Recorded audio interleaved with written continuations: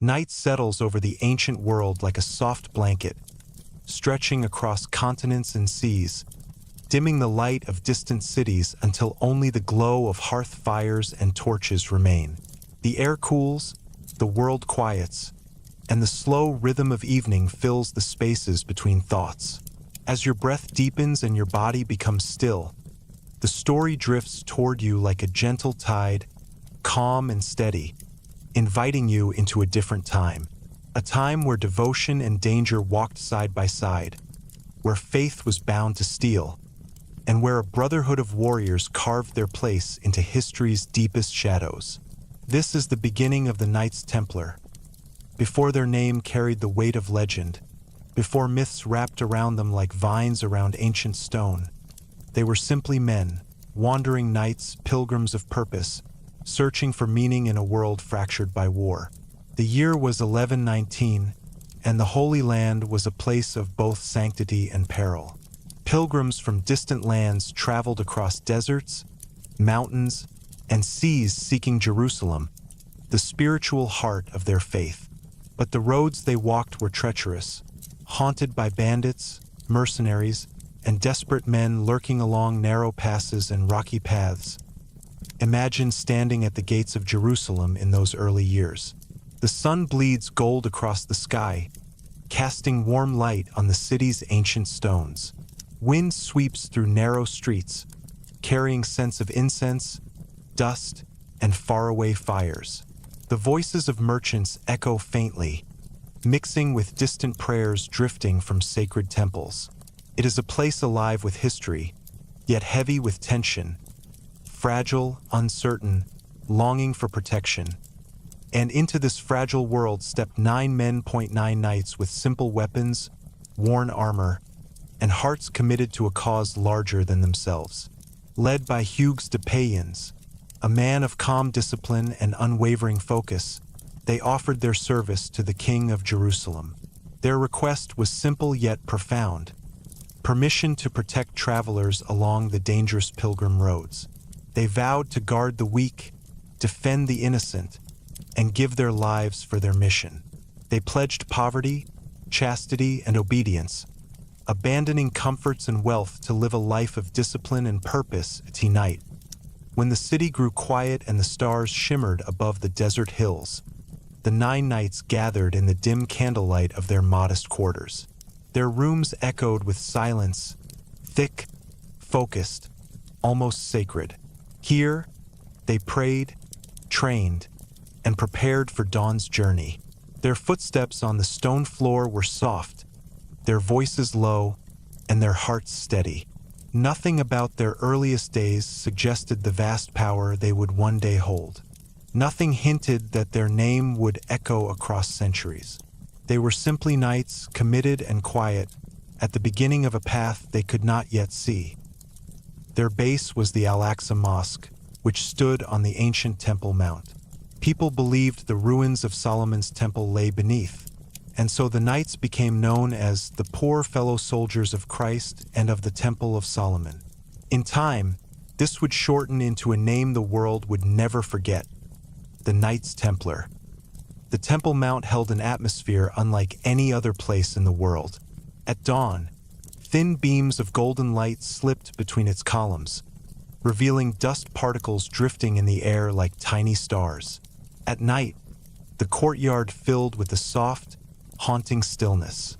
The ancient stones seemed to breathe, carrying whispers of forgotten rituals and the memories of kings long turned to dust. Some nights, the wind whistled through the arches with a tone so low and deep it felt like the earth itself was humming.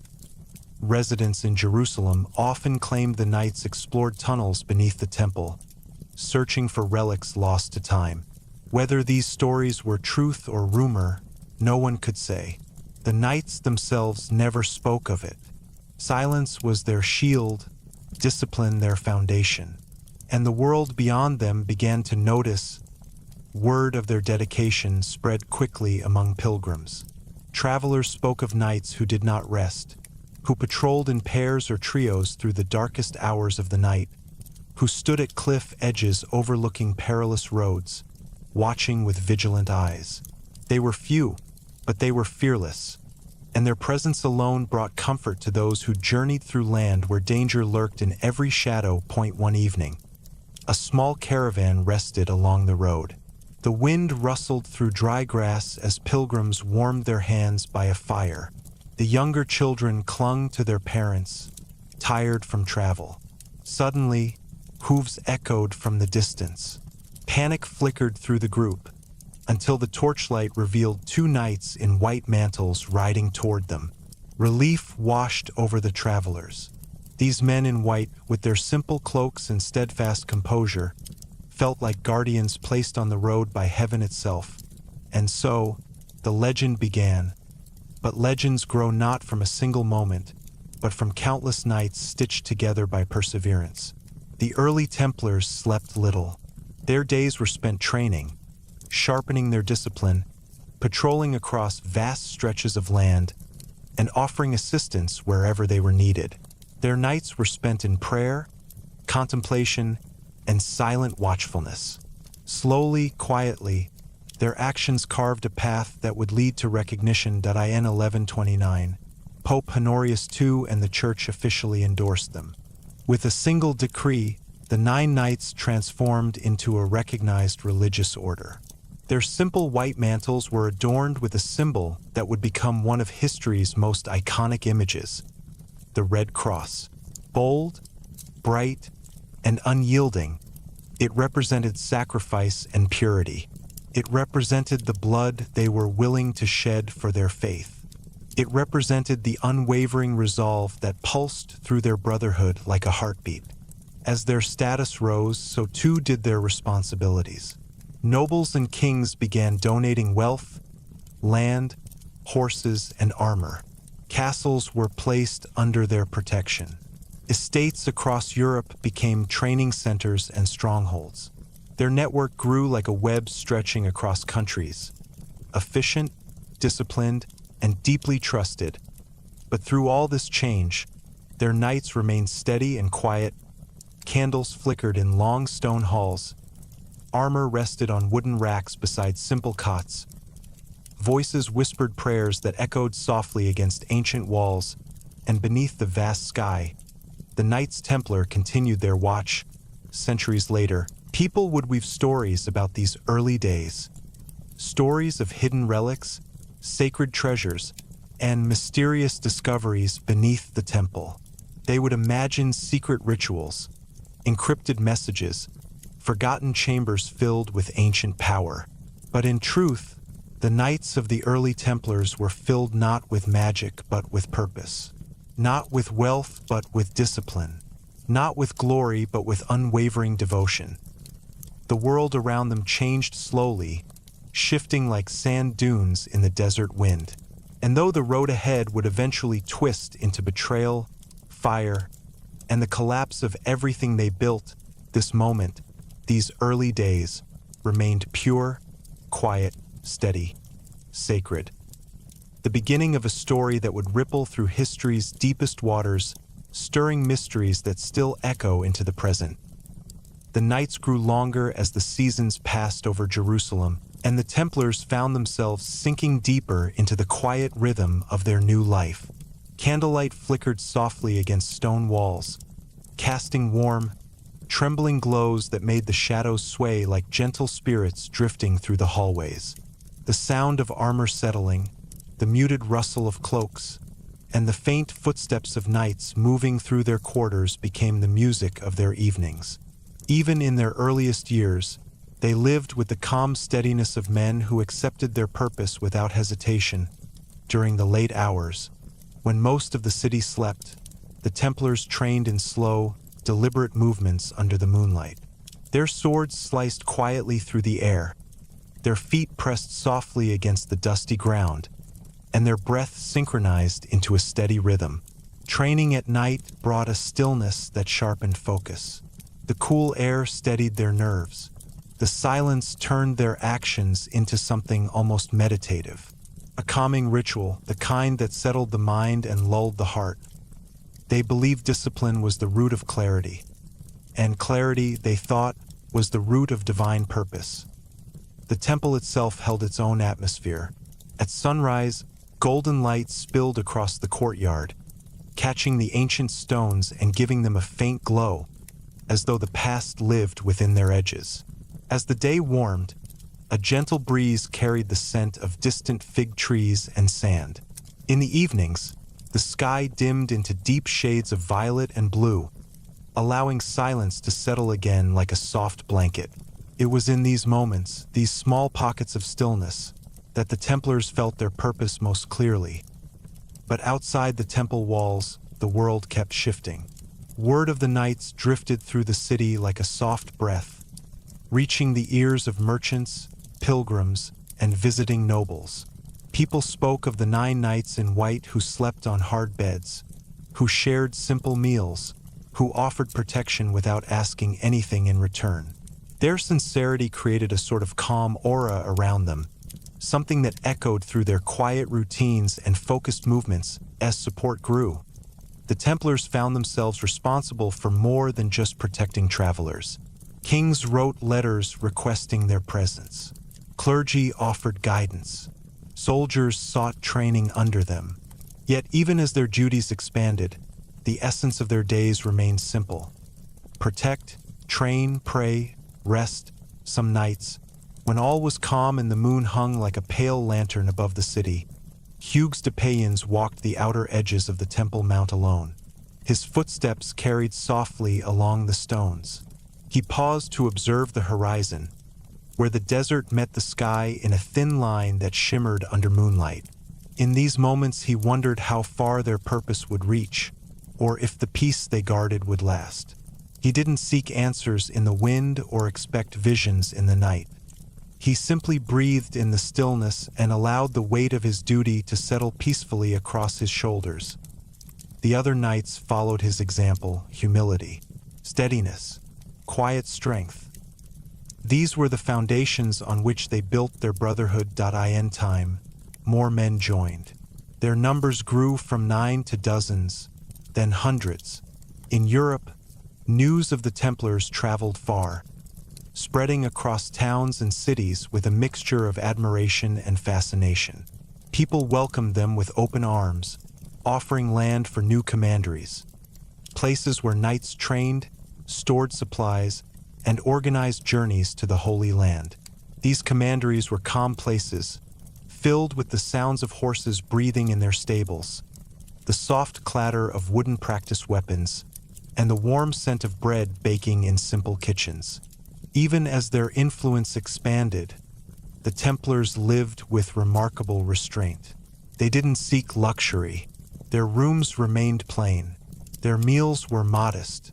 Their armor polished but never decorated with unnecessary embellishments.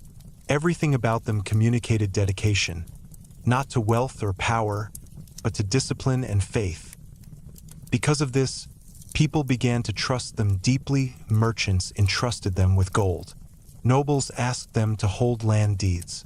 Pilgrims left belongings under their protection before long journeys. Over the years, this trust grew into something much larger, an early form of banking.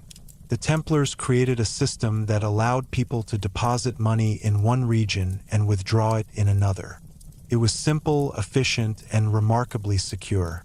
And it worked because the knights themselves were trusted beyond question. This financial network spread across continents. The Templars found themselves handling more than swords and shields. They now handled paper notes, seals, ledgers, and delicate records.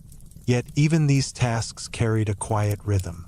Ledgers were updated by candlelight, quills gliding gently over parchment. Decisions were made through calm discussions in hushed rooms. Their world, though expanding, remained wrapped in tranquility. But alongside admiration, whispers began to form. People speculated about what the knights discovered beneath the temple. Some believed they found buried scrolls. Others imagined sacred relics or long-lost treasures. Some claimed they uncovered knowledge not meant for ordinary men. These were rumors without evidence, born from curiosity and mystery. But rumors, once whispered, rarely fade. Over the years, these whispers grew. Quietly at first, then louder, carried by traders, scholars, and storytellers. Some described the Templars as divine protectors. Others depicted them as secret keepers, and a few believed they had become too powerful. But these thoughts drifted far from the truth of their lives. If one stood inside their commanderies at night, one would find not gold or secrets, but quiet knights kneeling in prayer, the low hum of distant chanting, the glow of candles reflecting in metal armor, and the deep, steady breath of warriors preparing for the dawn. Their brotherhood was not fueled by wealth or ambition. It was held together by shared purpose, discipline, and the calm certainty that they served something far greater than themselves. As years turned to decades, the Templars became more than a military order. They became symbols, living embodiments of faith, honor, and unwavering duty. Yet beneath the surface of admiration lay a subtle tension, a quiet question whispered by those who observed them. How long could such power remain pure? For now, though, their world remained peaceful. Jerusalem glowed softly under moonlight. Travelers rested safely along protected roads. The Templars stood watch as the city slept, their silhouettes steady against the night sky, and the story of their rise continued to unfold, slow, quiet, and inevitable. The nights settled over Jerusalem with a depth that felt almost sacred. Silence gathered softly across the Temple Mount, thick and calming, as though the ancient stones themselves carried memories of forgotten centuries. The Templars welcomed this silence. They moved through it like quiet phantoms, their white mantles catching the moonlight with a gentle silver glow. For them, night was not a time of fear, but a moment of clarity. It allowed their minds to slow, their thoughts to soften, and their purpose to shine more clearly than the sharpest blade they carried at their side. During these long, cool nights, some knights trained beneath the open sky, their swords cutting through the air in slow, deliberate arcs.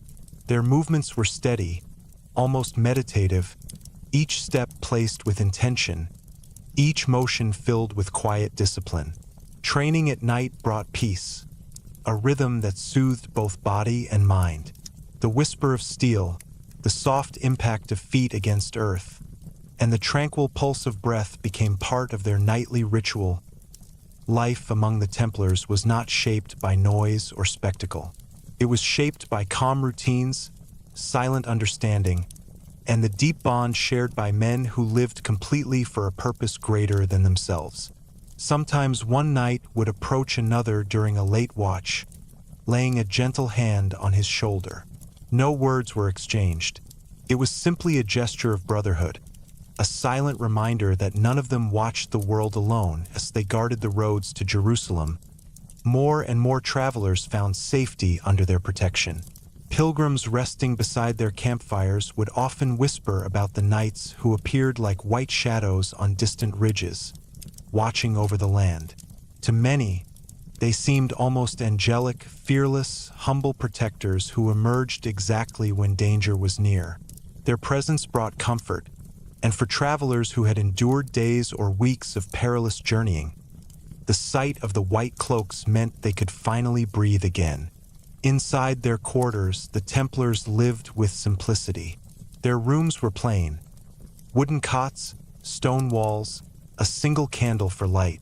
They ate modest meals, shared equally among them with no regard for rank or wealth. Every action reflected humility and discipline.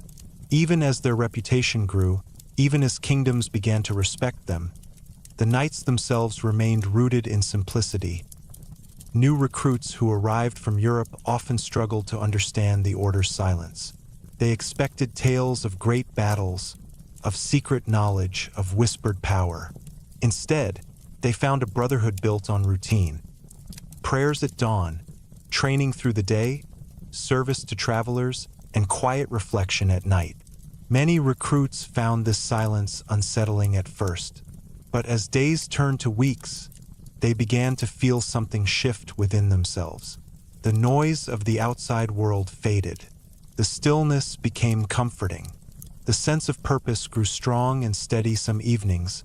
A faint wind drifted across the Temple Mount, carrying with it the distant sound of chanting, the echo of footsteps along stone corridors, and the soft rustle of pages turned in prayer.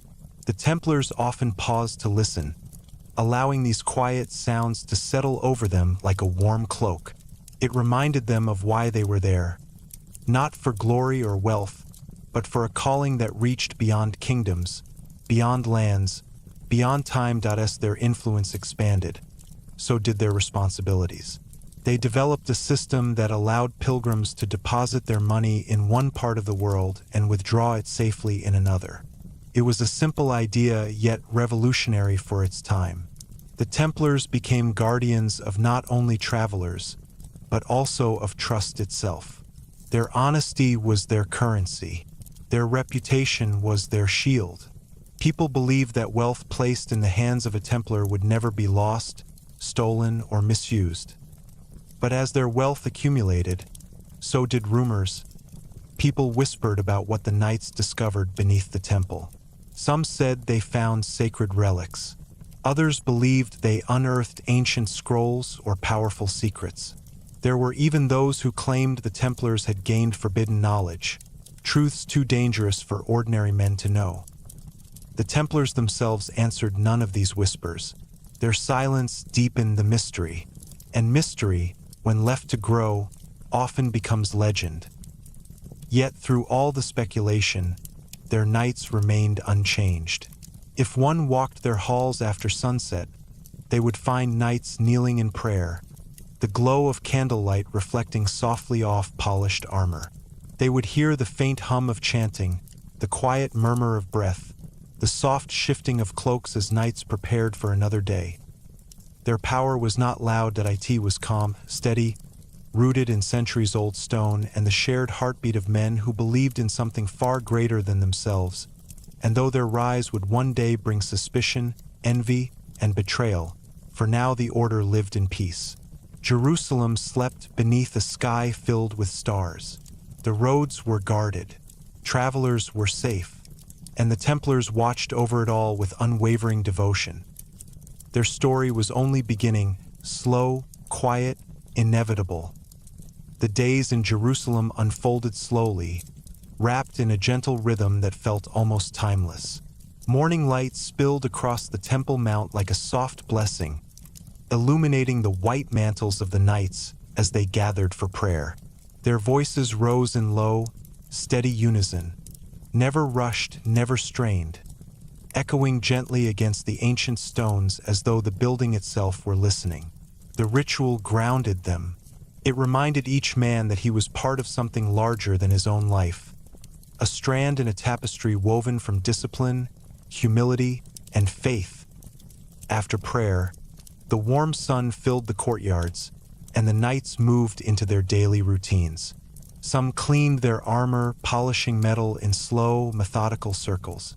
Others tended to horses, brushing their coats until they gleamed beneath the golden light. A few trained in silence, practicing sword forms with a calm focus that made even combat seem meditative. Their movements flowed like water, smooth, controlled, never wasted. Every strike, every step, every turn of the blade was shaped by discipline. Even their moments of rest carried the same quiet energy. A knight sitting beneath an olive tree often read sacred texts, tracing the lines with softened fingers. Others wrote letters home with careful strokes, the parchment glowing in the morning sun. Conversations were soft-spoken, more often exchanged through glances or slight nods than through words. The Templars lived with such serenity that to observe them was to sense the still point at the center of a turning world. Jerusalem, however, was far from still. Outside the temple walls, markets bustled with merchants calling out prices, children running between stalls, pilgrims searching for food or shelter. The scent of fresh bread mixed with spices, incense, and desert dust. Camels groaned under loads of fabric and grain. Travelers arrived daily, some exhausted, some injured, some filled with awe, some trembling with fear of the long road still ahead. And through all of this movement, all of this noise, the Templars remained steady. They watched the crowds, ever vigilant. They guided those who were lost, soothed those who were frightened, and offered quiet blessings to those who needed reassurance. People came to trust them not because of their swords, but because of their calm presence. They were like white pillars standing in the heart of chaos, unshaken, dependable, safe. Years passed, and the order began to grow beyond what anyone had first imagined. New recruits arrived, drawn not by promised glory but by the quiet dignity they saw in the knights. They came from distant lands: France, England, Spain, Portugal, Italy, Germany. Each man carried a different story, a different burden, a different hope. Some were sons of nobles seeking purpose. Others were wanderers searching for redemption. A few were warriors shaped by loss who longed for peace of mind. But when they arrived at the temple, they all became the same. The mantle removed identity. The vows created unity. And slowly, gently, the order's brotherhood expanded. With more knights came more responsibilities. The Templars built commanderies, quiet stone fortresses scattered across Europe and the Middle East. These places became centers of training, hospitals for the wounded, shelters for travelers, and storehouses for provisions. Life in the commanderies mirrored life in Jerusalem. Simple meals, long hours of practice, and a serenity that softened even the hardest souls as their network expanded. So did their system of trust. A noble in Paris could entrust his wealth to a Templar house and receive a sealed note. Weeks later, in the Holy Land, he could present that note to the Templars in Jerusalem and receive his full funds safely. It was a marvel of its time, a system that offered safety in a world of danger. No one else could be trusted so deeply. No one else held their reputation. But with extraordinary trust comes extraordinary curiosity. People began to wonder how the Templars kept their order so unified, how they maintained such discipline, how they managed such wealth without falling to greed. Their strict rules, their quiet rituals, their secrecy. All these things fed a growing fascination, and in the evenings, servants whispered about strange sounds beneath the temple mount, soft footsteps where no one should be, distant echoes that carried through the stones. Some spoke of tunnels leading deep beneath the earth. Others imagined chambers filled with sacred objects. A few claimed the knights had unearthed relics from ancient times. The Templars refused to comment. Silence was part of their identity. Their vows were not merely spoken. They lived inside their bones, shaping everything they did, and yet, the silence invited speculation. But while rumors drifted across continents, the knights continued their tranquil routines. They spent mornings in training, afternoons assisting travelers, evenings in prayer, and nights in quiet watch. If someone asked what drove them forward, they would answer with a soft confidence: devotion. They believed their purpose was blessed, guided, sanctified. But even the calmest river hides currents beneath its surface. And as the order expanded, subtle tensions began to form, unseen for now, unheard, but gently gathering like distant thunder hidden beyond the horizon. For the moment, though, the Templars remained untouched by conflict. Their world was filled with gentle routines, soft prayers, and deep breath after deep breath. Their rise was steady, serene, inevitable, and the world trusted them more with each passing year. Yet in the shadows of their quiet success, the seeds of a future storm were already beginning to take root. Softly at first, silently, waiting for the day they would break through the calm. Their story would grow darker, deeper, more complex. But for now, the Knights Templar lived in peace.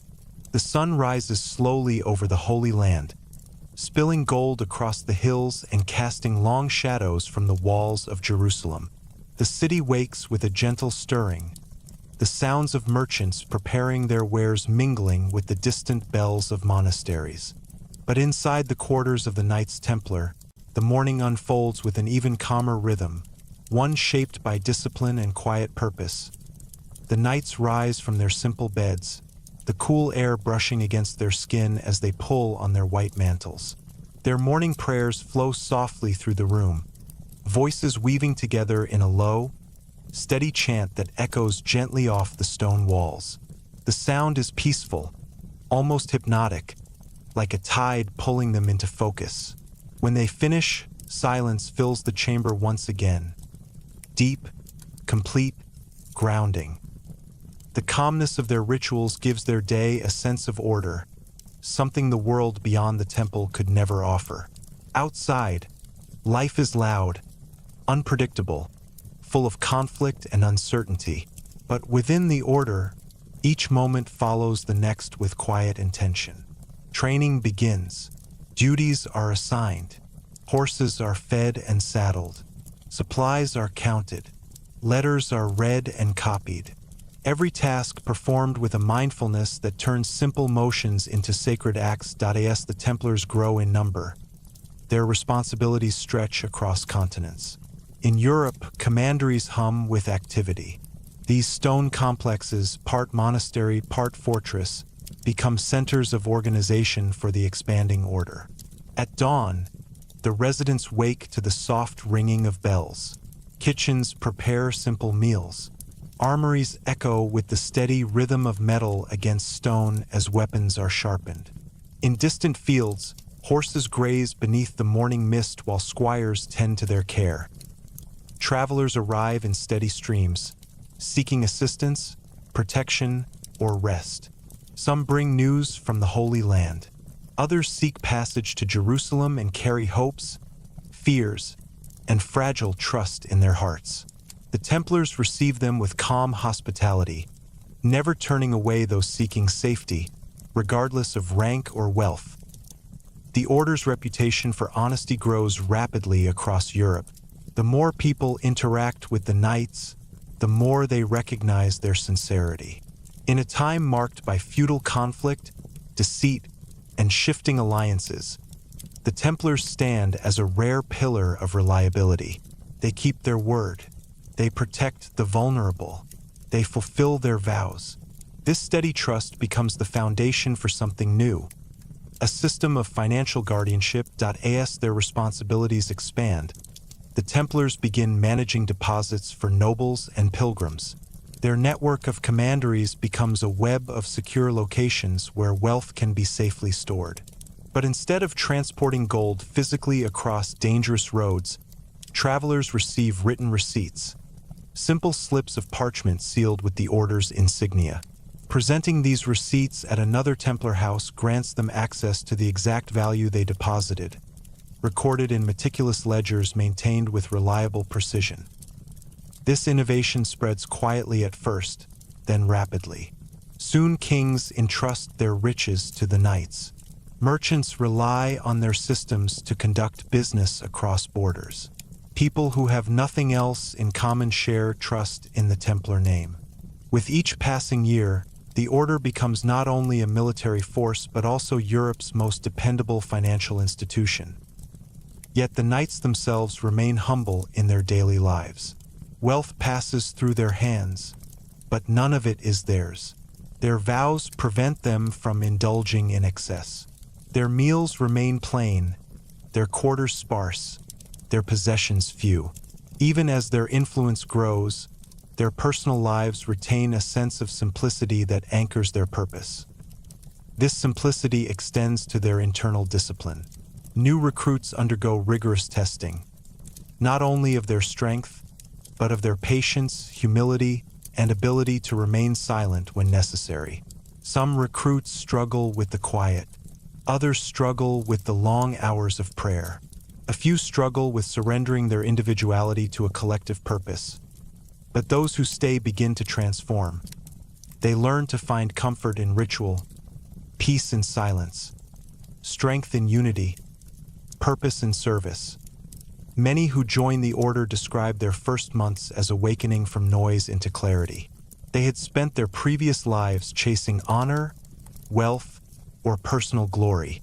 But within the Templars, those ambitions dissolve like mist under the sun. What remains is a steadier ambition, one shaped by devotion rather than desire. As the order grows, its grip on peace along the pilgrim routes becomes stronger. Bandits retreat to distant hills. Travelers walk with renewed confidence. The white mantles on horseback become symbols of safety. The roads, once feared, now pulse with hopeful movement, and the knights, ever vigilant, continue their patrols with unwavering dedication. But for all their outward calm, an undercurrent of mystery begins to curl around the order.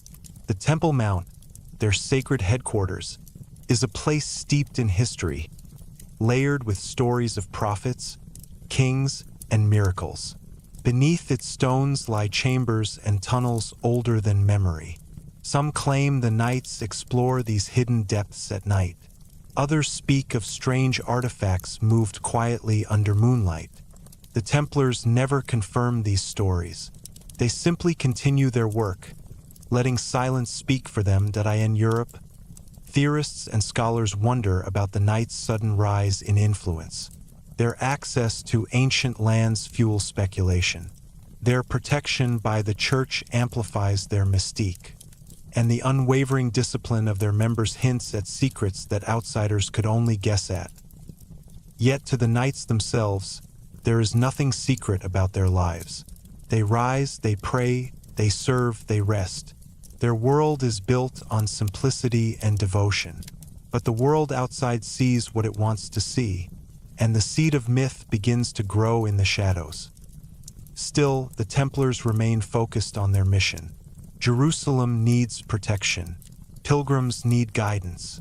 The Holy Land is always on the edge of conflict, and only a steady presence can create the illusion of peace.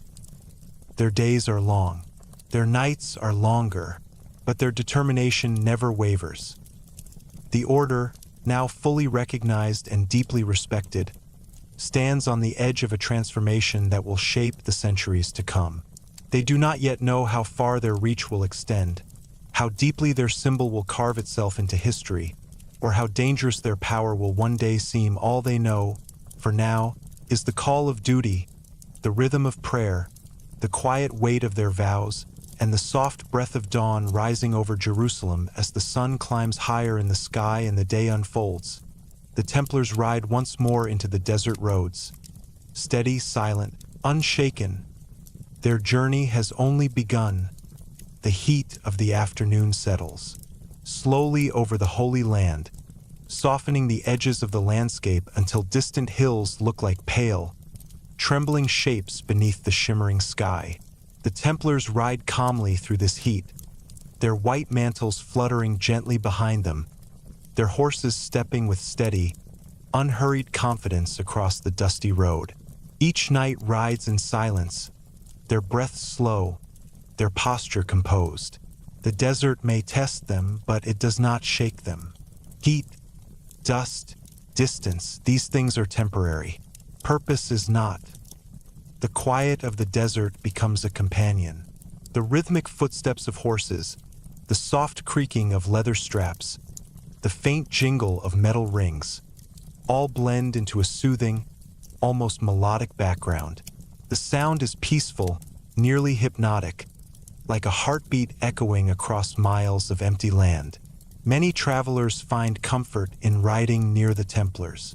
Their calm presence makes the journey feel less harsh, their steady pace helping others find strength within themselves. As the Knights travel, memories drift through their minds. Memories of their arrival in the Order, of the first time they put on the white mantle, of the solemn moment when they pledged their lives to something greater than any single man. These vows still guide every decision they make. They remember standing before their brothers, hands pressed together in a gesture of humility, listening as the words of the oath wrapped around them like a sacred cloak. To live in purity, to obey without hesitation, to defend the weak, to fear no earthly enemy, to seek peace where others seek power. These promises were not just spoken, they became the foundation of their identity. And even now, Years later, every knight feels the quiet weight of those vows with each breath they take. When the heat becomes too strong, the Templars guide travelers to shaded groves or rocky overhangs where they can rest. There is no rush, no urgency. The desert teaches patience. The land rewards those who move with respect rather than haste. Under the shade, the knights share water, distribute dried fruit and bread, and check the hooves of their horses for signs of strain. Their movements are gentle, unhurried, shaped by years of discipline. Some travelers are surprised by the softness of the knights, the contrast between their calm nature and the sharp, battle-ready swords at their sides. But the Templars see no contradiction. A sword can be held with serenity. Strength does not require conflict. Protection is an act of quiet devotion. Each knight carries his weapon not with aggression, but with a sense of responsibility as the sun begins its slow descent. Long shadows stretch across the ground, and the desert cools enough for travel to continue.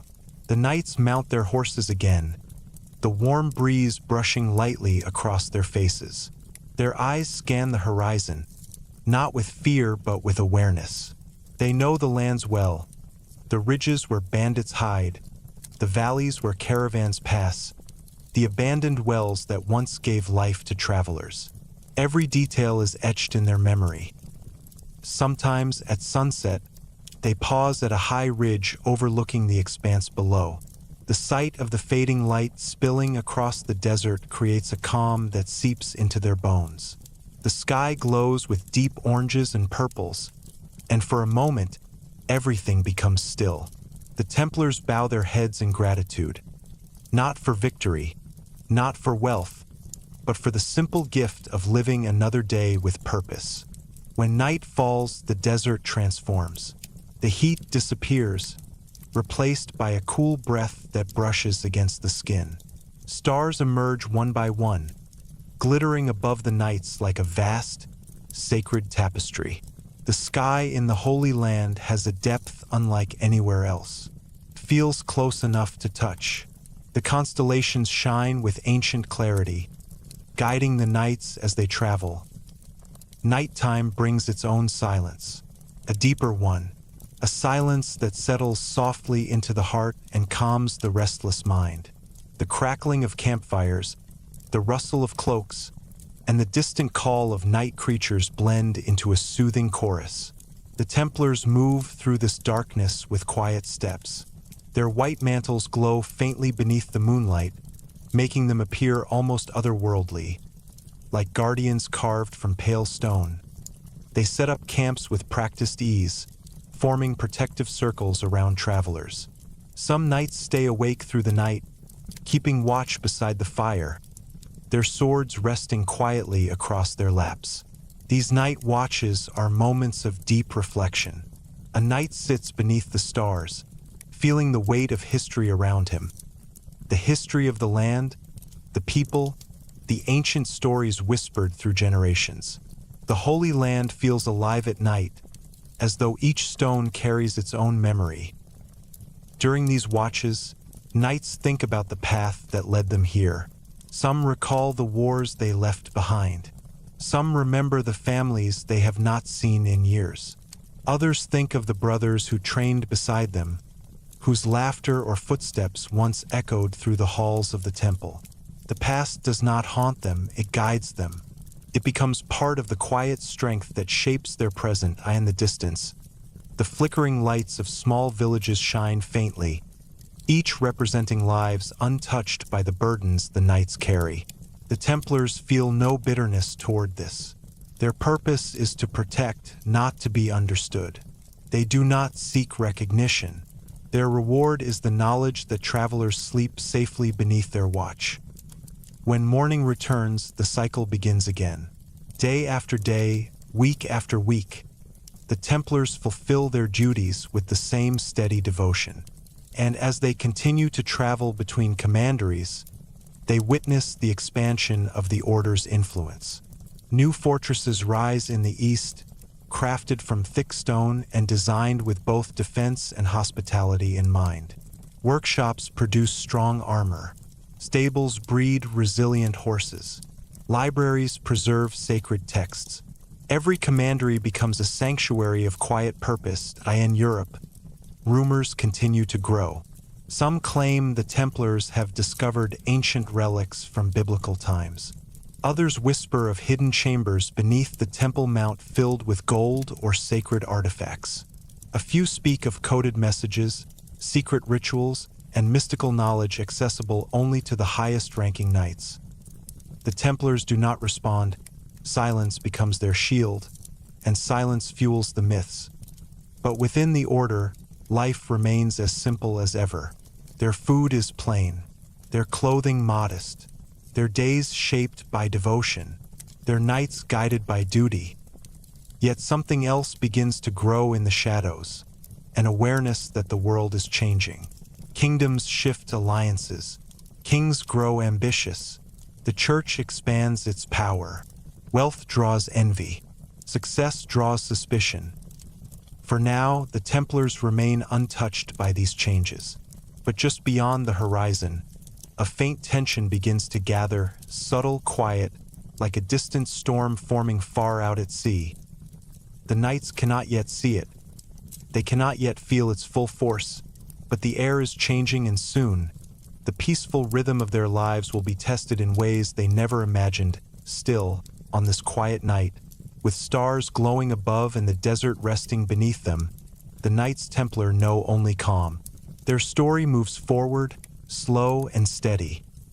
Their purpose remains clear. Their unity remains unbroken. For now. The days that followed brought the kind of calm that settles deeply into the bones, the kind that makes time feel softer, slower, almost dreamlike. The Templars continued their work with the same quiet determination, moving between commanderies, guiding travelers, and maintaining peace along the roads. Yet as their presence grew, so did the world around them. New roads opened, new caravans crossed the desert, new alliances formed between distant kingdoms. The order adapted without complaint, meeting each change with steady confidence. In Europe, their commanderies expanded into vast networks, some surrounded by green fields, others perched on rocky hills overlooking ancient villages. These stone complexes became centers of stability in a restless world. Farmers working nearby fields often paused to watch the white-cloaked knights ride in formation, their movements silent and disciplined. Children whispered stories of the order, imagining heroic battles or secret ceremonies taking place behind the fortified walls. But inside, the truth was far quieter. Daily life unfolded with a peaceful rhythm. Prayers at dawn, humble meals, long hours of training, and simple acts of service. The Templars flourished because they embraced simplicity. They were warriors who preferred calm, men of power who chose humility, guardians who moved with silence instead of boasting their strength. And people respected them for it. Respect turned into trust. Trust turned into influence. Influence turned into responsibility. But in the Holy Land, life was not always peaceful. Tensions simmered beneath the surface, sometimes quiet, sometimes erupting into small but troubling conflicts. The Templars felt the shift long before anyone else noticed it. They moved through villages where people watched them with cautious curiosity. They passed by markets where whispers followed them like shadows. They heard rumors carried by traders from distant lands, rumors of old rivalries stirring again. Yet none of these undercurrents broke the calm of their routines. One evening, as the sun dipped low and bathed the land in warm gold, the knights reached a small oasis. Palms swayed gently in the breeze. The water glimmered with the fading light. The knights dismounted, letting their horses drink while they rested in the shade. The air was cool, carrying scents of distant herbs and desert blooms that only opened at dusk. One knight knelt by the water, dipping his gloved hands into its cool depths. The ripples spread across the surface, catching the last rays of sunlight. He breathed deeply, letting the quiet of the moment settle through him. Nearby, others sat peacefully on stones, adjusting their armor or sharing hushed conversations. It was rare for them to speak at length, but sometimes the beauty of a place softened their silence as night fell. They lit small fires, just enough to warm the air without drawing attention. The flames flickered softly, casting gentle patterns on the sand. Some knights polished their weapons. Others wrote brief notes in journals. A few sat in stillness, gazing at the vast sky above them. Stars stretched endlessly across the heavens, forming constellations that had guided travelers for centuries. The Templars felt humbled beneath their brilliance. Later, after the fires died down, the knights lay on their blankets, cloaks wrapped around them for warmth. The desert cooled quickly at night, the air crisp and silent.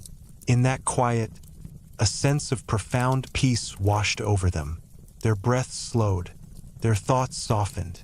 The steady rhythm of the night surrounded them like a comforting blanket. They rested, but far beyond the oasis, beyond the desert plains, beyond the mountains, beyond the distant coasts. Kings and nobles whispered in dimly lit rooms. They discussed politics, power, territory, wealth. They watched the Templars grow, and some began to wonder whether an order of warrior monks could ever be fully controlled. The knights' reputation for honesty was strong, but their independence was stronger. And power, even when used with humility, can inspire envy.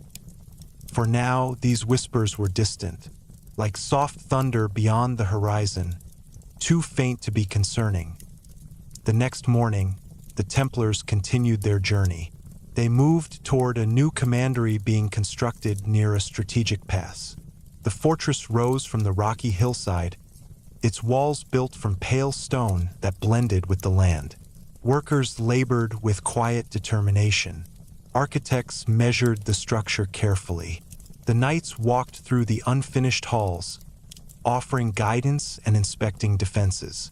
These commanderies needed to be strong, sanctuaries in times of conflict, shelters in times of peace. Within the main hall, shafts of light streamed through narrow windows, illuminating floating dust motes that danced in the air. The scent of fresh-cut timber lingered. The Templars moved between the shadows, discussing the layout with calm, measured tones. Every detail mattered. The angle of the walls, the placement of gates, the storage of supplies, the location of the chapel. Commandery was not just a building. It was a symbol of safety. Outside, a group of young recruits trained under the watchful eye of a seasoned knight. They practiced basic movements, blocks, strikes, controlled footwork. The air echoed softly with the sound of wooden swords clashing. When a trainee stumbled, the instructor corrected him with patience rather than harshness. The goal was not to win battles through brute strength, but through discipline and clarity of mind. As the day progressed, a caravan approached the fortress. Dust rose behind the line of camels and carts, carrying merchants and pilgrims from distant regions. The Templars greeted them at the gates, offering water, food, and shelter. Tired travelers bowed with gratitude. Some had traveled for months across dangerous roads. The sight of the white mantles felt like a blessing. That night, as fires glowed warmly inside the courtyard, an elder merchant approached a knight. His voice trembled slightly as he spoke of bandits, of the fear he felt crossing the desert alone, of the danger that had shadowed his steps for weeks. The knight listened quietly, his expression gentle. When the man finished, the knight placed a hand on his shoulder and assured him that he would be protected. It was a simple gesture, but it carried a weight that eased the merchant's heart. Elsewhere in the courtyard, a small group of pilgrims knelt in prayer beside a makeshift shrine. Candlelight flickered across their bowed heads. The Templars kept watch nearby, their presence offering a sense of peace. The commandery was alive with quiet purpose, every corner radiating calm. every person moving with a sense of being cared for. As the moon rose high, casting soft silver light across the fortress, the knights gathered once more for evening prayer. Their voices formed a gentle chorus, rising and falling like a slow breath. The walls around them seemed to absorb the sound, holding it, releasing it, echoing it softly back into the courtyard. When their prayer ended, silence returned. A comfortable silence. A silence that wrapped itself around everyone present, easing tension, quieting minds, and beneath that silence, beneath the calm surface of their growing influence, something else began to stir. Not conflict, not danger, but change. A subtle shift in the world's gaze, a growing curiosity, a quiet tension woven into the threads of their rising power. It did not yet threaten them, it did not yet shake them, but it lingered like a shadow in the far distance, waiting, watching, forming slowly. The Templars continued their work, unaware of the storm that would one day reshape their fate. But for now, the world still trusted them. Travelers still sought them. The Holy Land still needed them. And in the soft glow of moonlight, beneath the endless stretch of stars, the Knights Templar rested in peaceful unity. Strengthened by purpose, grounded by devotion, and embraced by the calm before the coming winds. The following days brought a gentle shift in rhythm, the kind that happens slowly, quietly, the way the tide changes without anyone noticing at first.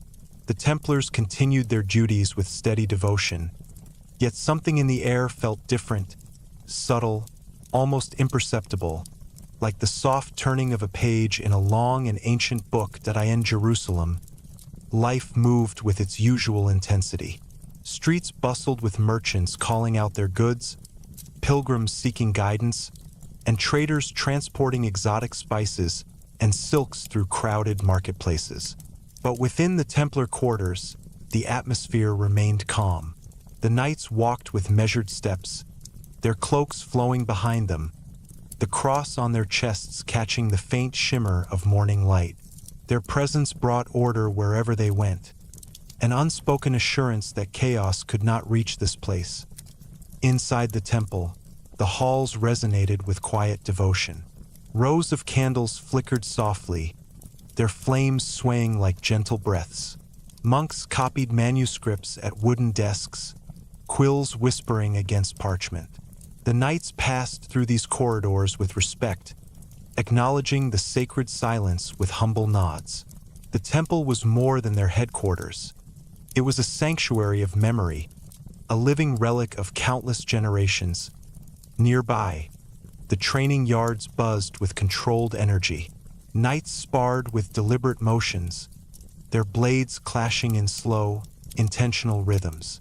Even the sound of metal striking metal seemed peaceful somehow, measured, restrained, as though shaped by the same quiet discipline that guided their prayers. Dust rose beneath their boots, catching the sunlight and drifting like golden mist. Each motion carried purpose. Each breath felt anchored. Along the edges of the yard, squires observed in silence, learning not only techniques but the restrained grace that defined the order. They watched how the knights struck precisely, how they stepped lightly, how they kept their breath steady. They learned that strength was not found in force, but in control. Not in noise, but in balance. As weeks passed, the Templars began preparing for a major undertaking, a renewed effort to reinforce pilgrimage routes leading toward the coast.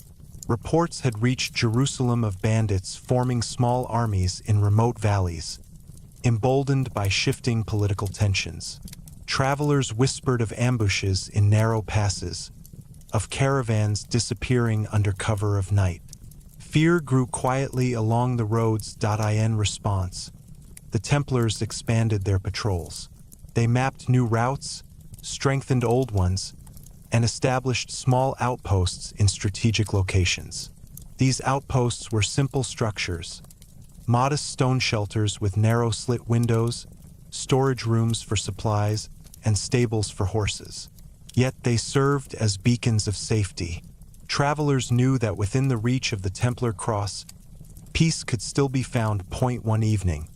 As the sky glowed with the warm hues of sunset, a group of knights arrived at one of these remote outposts.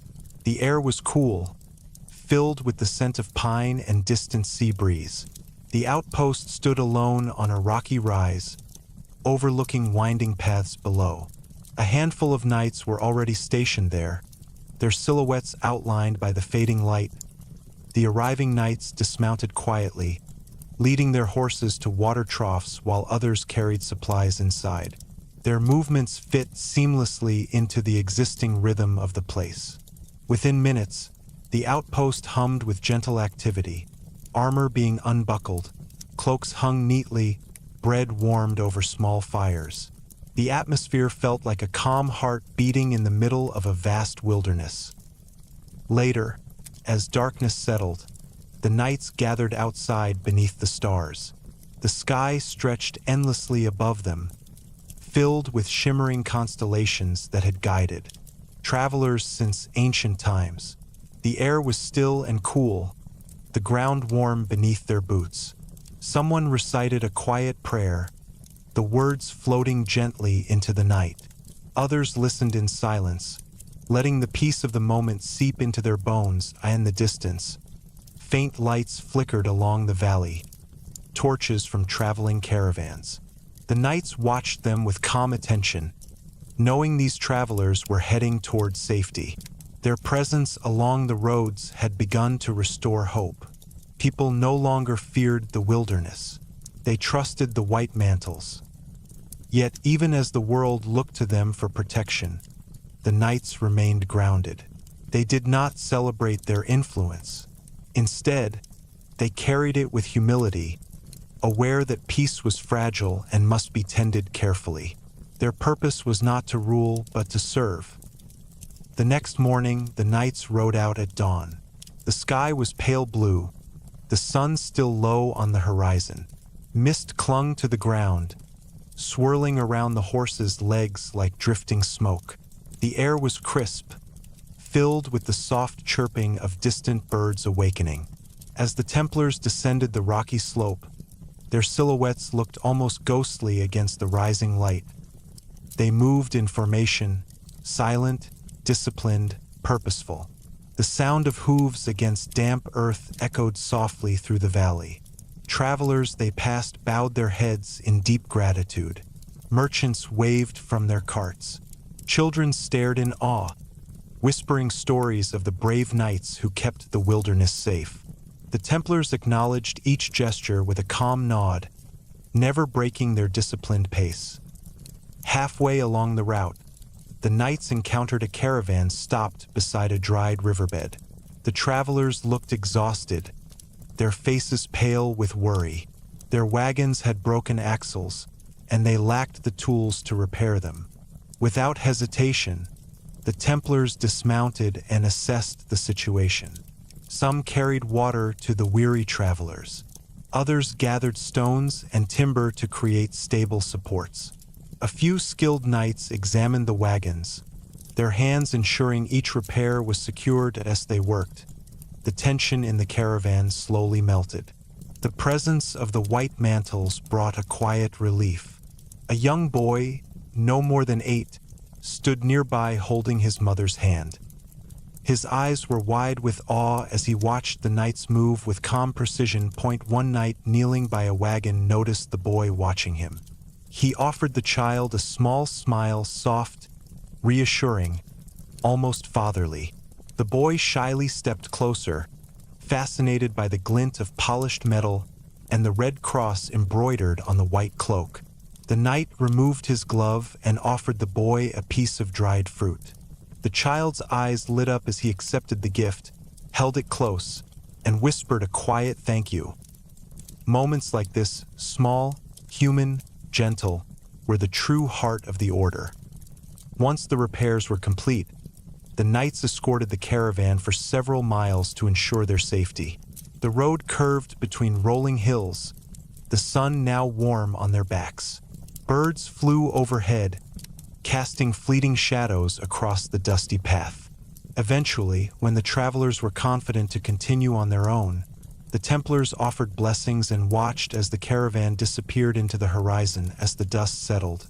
The knights sat briefly beneath a cluster of olive trees. The wind rustled through the leaves, creating a soft whisper that felt ancient and comforting. One knight leaned back against the tree trunk, closing his eyes, letting the warm sunlight soak into his skin. The moment felt timeless. Peace suspended gently in the air. But peace, the knights knew, was always temporary. Beneath the serenity of their days, subtle tensions continued to form. Alliances shifted, rivalries deepened, power consolidated in distant courts where kings and nobles regarded the Templars with equal measures of admiration and unease.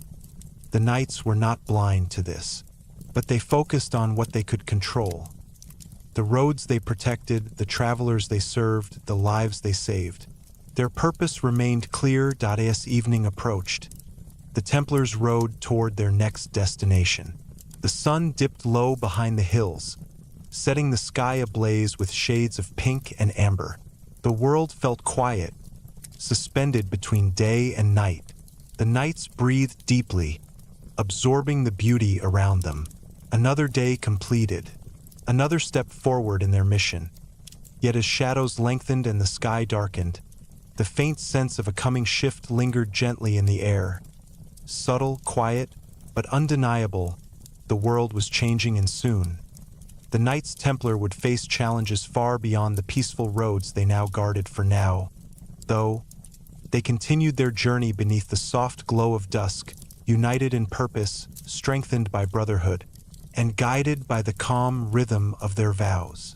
The days in Europe unfolded with a gentler rhythm than the harsh sunlight and shifting sands of the Holy Land. Yet the Templars carried the same calm presence wherever they went. In the rolling fields of France, in the mist-covered hills of England, and along the stone bridges of the Rhine, people began to speak of the knights as if they were part of the landscape itself. Steady, unwavering, silent protectors moving across kingdoms like living symbols of devotion. In the early mornings, the countryside commanderies stirred awake. Chickens clucked softly outside wooden stables. Horses pawed at the ground, their warm breath rising in pale clouds against the cool dawn. Bells within the stone keeps rang in slow, soothing tones, echoing across fields bathed in the pale blue of first light. Inside the halls, the knights gathered for prayer, their voices blending in a low, measured harmony that vibrated gently through the walls. The warmth of the candles lit their faces in soft gold, casting long shadows behind them. After prayer, the fortress slowly came to life. Some knights tended to the gardens, gathering herbs used to treat the wounded. Others prepared for travel, tightening saddle straps and securing supplies. Squires carried buckets of water from nearby wells, their footsteps rhythmic and steady. The kitchens produced simple meals, warm bread, thick porridge, and occasionally fresh vegetables from the garden. Everything smelled of comfort, routine, stability. Life here was quiet, but it was a different type of quiet than the Holy Land. The silence of Europe held the scent of soil, the gentle rustle of forests, the faint hum of distant villages. The Templars walked through this world with the same graceful discipline, blending into its peaceful pace. Farmers often paused to watch them ride past, their armor reflecting the morning sun like mirrors of light. Children ran to the edges of fields, pointing excitedly, whispering stories they'd heard from traveling merchants. Some claimed the Templars could not be defeated in battle. Others believed they carried relics from the temple in Jerusalem. A few spoke of hidden knowledge passed down only within their ranks. Whether true or not, these tales traveled faster than caravans, carried by the wind of rumor and repeated in taverns, markets, and monasteries. Meanwhile, inside the commanderies, the knights lived with the same modesty they upheld in the East. Their rooms remained small, simple wooden beds, folded blankets, a single chest for personal belongings. Their tables held nothing luxurious. Their lives held no unnecessary comfort. Their vows anchored them. Even as gold and silver flowed through their order, their hearts remained detached from wealth, and that wealth, increasingly, became the centerpiece of European trust. Nobles arriving at commanderies often carried sealed letters or chests of coin. They dismounted with weary expressions, relieved to be in the presence of men known for absolute honesty. Inside stone halls lit by soft torchlight, knights recorded deposits in meticulous ledgers, each line handwritten with quiet precision. The nobles left lighter, both in burden and in worry, carrying parchment receipts bearing the Red Cross. Some traveled hundreds of miles and later presented that same parchment to another commandery, receiving their funds without question. It was a system built on trust so deep that even kings relied on it. For the first time in Europe, long-distance travel no longer meant risking a lifetime's wealth. The Templars turned danger into safety through nothing more than discipline and integrity. Yet the knights themselves did not discuss these responsibilities. They did not boast of their growing influence. They simply did what their vows required, serve without expecting reward. But the world noticed. In France, King Louis respected the Templars deeply. In England, their commanderies integrated with trade routes. In Spain and Portugal, the knights fought courageously alongside Christian armies pushing against Moorish frontiers. Everywhere they went, their reputation grew stronger.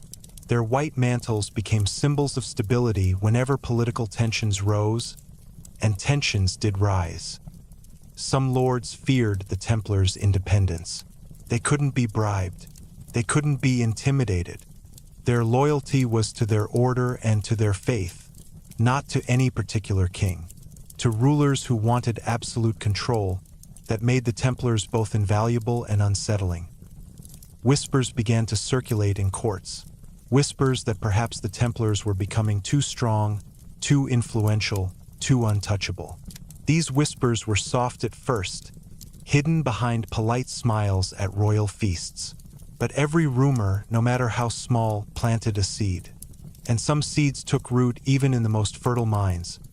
While these political tensions simmered silently, the Templars continued their work undisturbed. They guarded roads, protected travelers, offered shelter to the lost, lent money to kings in need, built bridges, mills, farms, and hospitals, created peace where there was none. And in the quiet spaces between duties, they prayed. Yet beneath this surface of tranquility, a deeper mystery evolved, one tied to what the knights had found beneath the Temple of Solomon. Not all Templars knew of the excavations beneath the mount in Jerusalem. Only select members had descended into the ancient tunnels, dark chambers carved long before the birth of Christ. Legends rose from these shadows, spreading through Europe like smoke carried on the wind. Some claimed the knights had uncovered sacred texts written in languages forgotten by time. Others believed they found lost relics, objects capable of shifting the balance of spiritual authority. Some said they discovered secrets so powerful that they could change Christianity forever. Whether true or not, the silence of the order only intensified the mystery. The Templars did not deny. They did not confirm. They simply moved with the same steady grace, letting the world imagine whatever it wished. Meanwhile, in monasteries across Europe, monks studied ancient writings that referenced the Temple of Solomon, trying to form connections. In marketplaces, storytellers embellished tales of golden treasures hidden beneath Jerusalem. In taverns, travelers whispered of forbidden knowledge the knights now protected. But the Templars themselves felt no burden from these stories. What they carried was far simpler: duty. Each morning they trained. Each night they prayed. Each day they rode through villages, offering their steady presence like a lantern guiding travelers in the dark. However, something else began to shift quietly, more subtle than rumor, more dangerous than envy. The balance of power. Kings were growing ambitious. The church was expanding authority. Trade routes were changing. Economies were evolving. And the Templars sat in the middle of all of it, trusted by the people, relied upon by nobles, respected by armies, and financially intertwined with nearly every major power in Europe. This created a tension even the knights could not feel yet. A tension spreading slowly through kingdoms like a thin crack forming beneath a calm surface. But for now, the order moved through Europe as if wrapped in a protective veil of peace. In the evenings, knights gathered in quiet halls, their faces lit by the warm glow of lanterns. They ate their simple meals in silence, listening to the soft hum of wind outside stone walls. Sometimes, one knight would recount stories from the Holy Land, stories of desert sunsets, of faintly glowing stars over Jerusalem, of pilgrims whose lives were saved by timely intervention. Their voices were never dramatic, never exaggerated.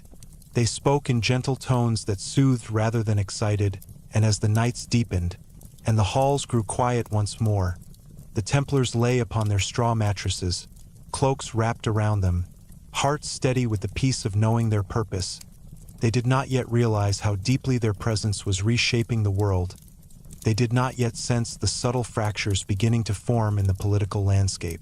They did not yet feel the distant pull of forces that would one day threaten everything they had built. For now, they lived in calm, moving through each day with the same measured grace. But the wind was shifting slowly, quietly, inevitably. The rise of the Knights Templar continued. But so too did the first soft murmurs of the storm that would one day challenge the very core of their existence. The months that followed unfolded with a serene steadiness, almost like a long exhale stretching across the lands of Europe and the Holy Land. The Templars continued to move through both worlds with the same quiet purpose, forming a bridge between distant kingdoms that rarely trusted one another. Their presence had become so familiar, so expected, that many began to forget how fragile peace truly was. Yet the knights themselves never forgot. Every prayer reminded them. Every oath renewed their awareness. Every night watch reaffirmed their purpose in Paris. The Templar headquarters stood like a silent guardian along the riverbank. Travelers arriving by boat often paused to stare at the massive stone structure, its high walls rising with calm authority above the surrounding buildings. Within its walls, the rhythm of daily life echoed that of every other commandery. Simple meals, quiet routines, steady work, and long moments of reflection. In the great hall, rows of knights sat at wooden tables lit by tall candles, listening to soft readings from scripture and letters brought from the east. Some letters brought news of battles, some brought news of alliances, some carried only the gentle greetings of brothers stationed far away. Each letter reminded the knights of the vast network that bound them, not through force, but through shared purpose. In London, the Templar Temple, built beside the River Thames, hummed softly with its own rhythm. The fog rolled in gently from the water, muffling the sound of horses' hooves along the cobblestone streets. The knights walked through this fog with steady confidence, their white cloaks glowing faintly like lanterns guiding the lost. Inside the round church, inspired by the Holy Sepulchre in Jerusalem, candlelight shimmered against stone columns, casting warm halos of light across the floor. The knights knelt together each evening, their voices blending into a soft, soothing harmony that drifted upward into the vaulted ceiling. Across Europe, the order's influence expanded quietly, naturally, without force or grand declarations. Merchants trusted the Templar financial system because it worked. Kings borrowed money from the order because no one else could provide such vast sums without corruption. Entire trade routes relied on Templar protection. Slowly, without meaning to, the Templars became one of the most stabilizing forces on the continent. But stability brings visibility, and visibility brings scrutiny, and scrutiny awakens envy. Yet for now, the Templars felt none of this. They continued their duties with the same calm dedication. One of their greatest strengths was their consistency. Each knight understanding his role, each squire learning through quiet observation, each commandery contributing to something larger than itself. The seasons changed gently. Summer fields turned golden. Autumn leaves drifted like embers from the trees. Winter frost coated commandery walls, shimmering under pale light. During these quiet months, the Templars developed new roles within the communities around them. They offered medical care to villagers, tending to fevers and injuries with steady hands. They taught young boys how to read, believing that knowledge could serve God as deeply as the sword. They repaired bridges and watched over markets. Their presence brought stability to villages that had long struggled under the weight of feudal conflict. In some regions, the Templars also provided spiritual guidance to those who lived far from monasteries or major churches. Priests traveling through the countryside often stayed at commanderies, sharing scripture with both knights and villagers. These gatherings were intimate, filled with warmth, the sound of soft hymns echoing through wooden rafters, the scent of burning beeswax candles drifting through the air. Inside the order, new recruits arrived steadily. They came carrying different stories, some seeking purpose, some seeking forgiveness, some seeking escape from a world that felt too loud, too heavy, too uncertain. The Templars welcomed them with quiet compassion, guiding them through long months of training and instruction. They learned to move silently, to think clearly, to speak honestly, and to act with humility. Strength alone meant nothing to the order. Character meant everything as they trained. The recruits began to understand something profound. The Templars' true power did not come from their swords, nor from their gold, nor from the trust of kingdoms. It came from their unity. Their ability to move as one mind, one heart, one purpose. This unity echoed through every commandery, every patrol, every prayer. But beneath this calm surface, deeper mysteries continued to shape the order's identity. The excavations beneath the temple in Jerusalem remained a quiet secret, known only to a select few. These knights rarely spoke of what they found, but those close to them noticed subtle changes. Their eyes carried a depth, a quiet knowing, as though they had touched something ancient and sacred. Scholars within the church grew curious. Some pressed gently for answers, others pressed not so gently, but the Templars held firm in their silence. Silence became the guardian of mystery, and mystery became the source of legend. Across Europe, storytellers embellished tales of the order's discoveries. Some spoke of scrolls containing lost words of Solomon. Others whispered of the Ark of the Covenant hidden deep underground. A few claimed the Templars uncovered forbidden knowledge, wisdom that could shift the balance of spiritual authority. Royal courts listened with growing intrigue, some with admiration, some with suspicion.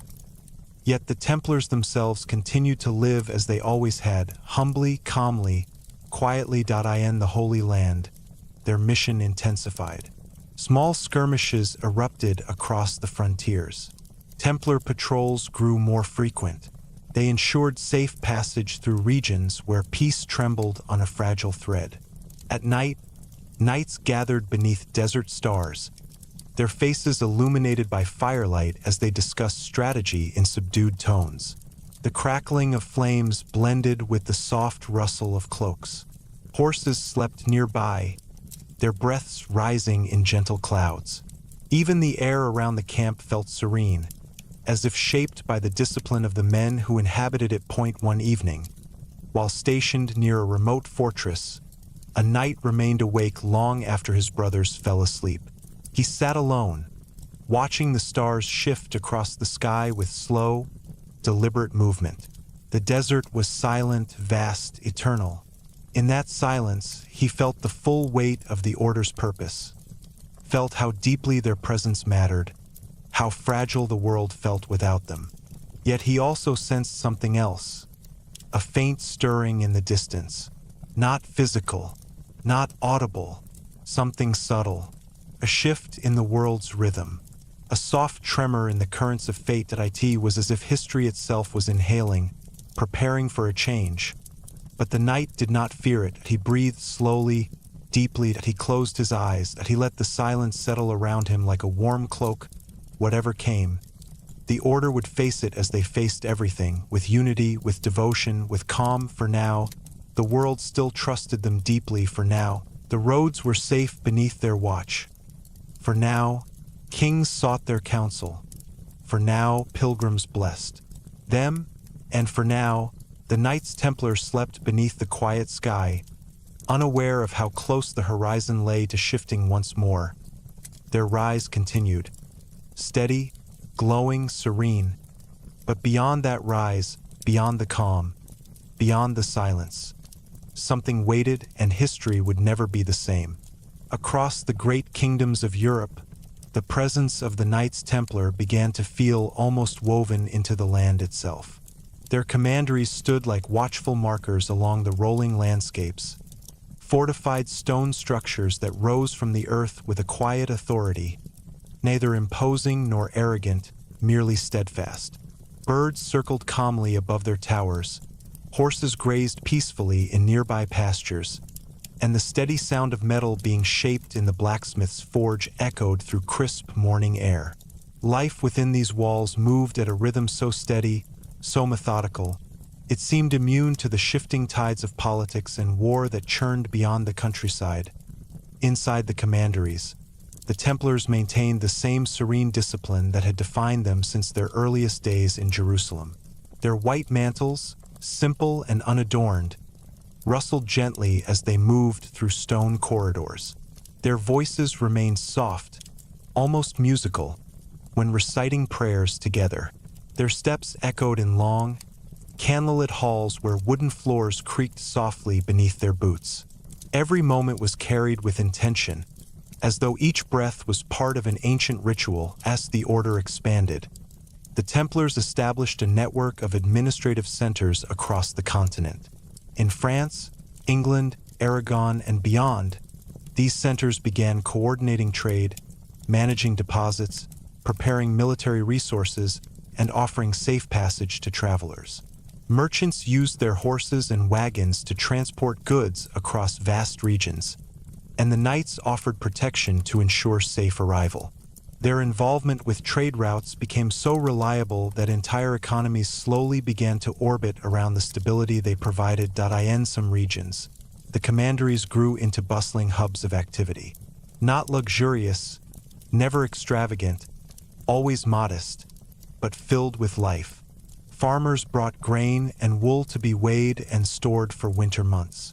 Pilgrims shared stories of their journeys, resting in small chambers built specifically for travelers. Blacksmiths hammered steel into swords and horseshoes. Scribes copied legal documents in steady, looping strokes of ink. Yet despite this growing complexity, the heart of the order remained unchanged.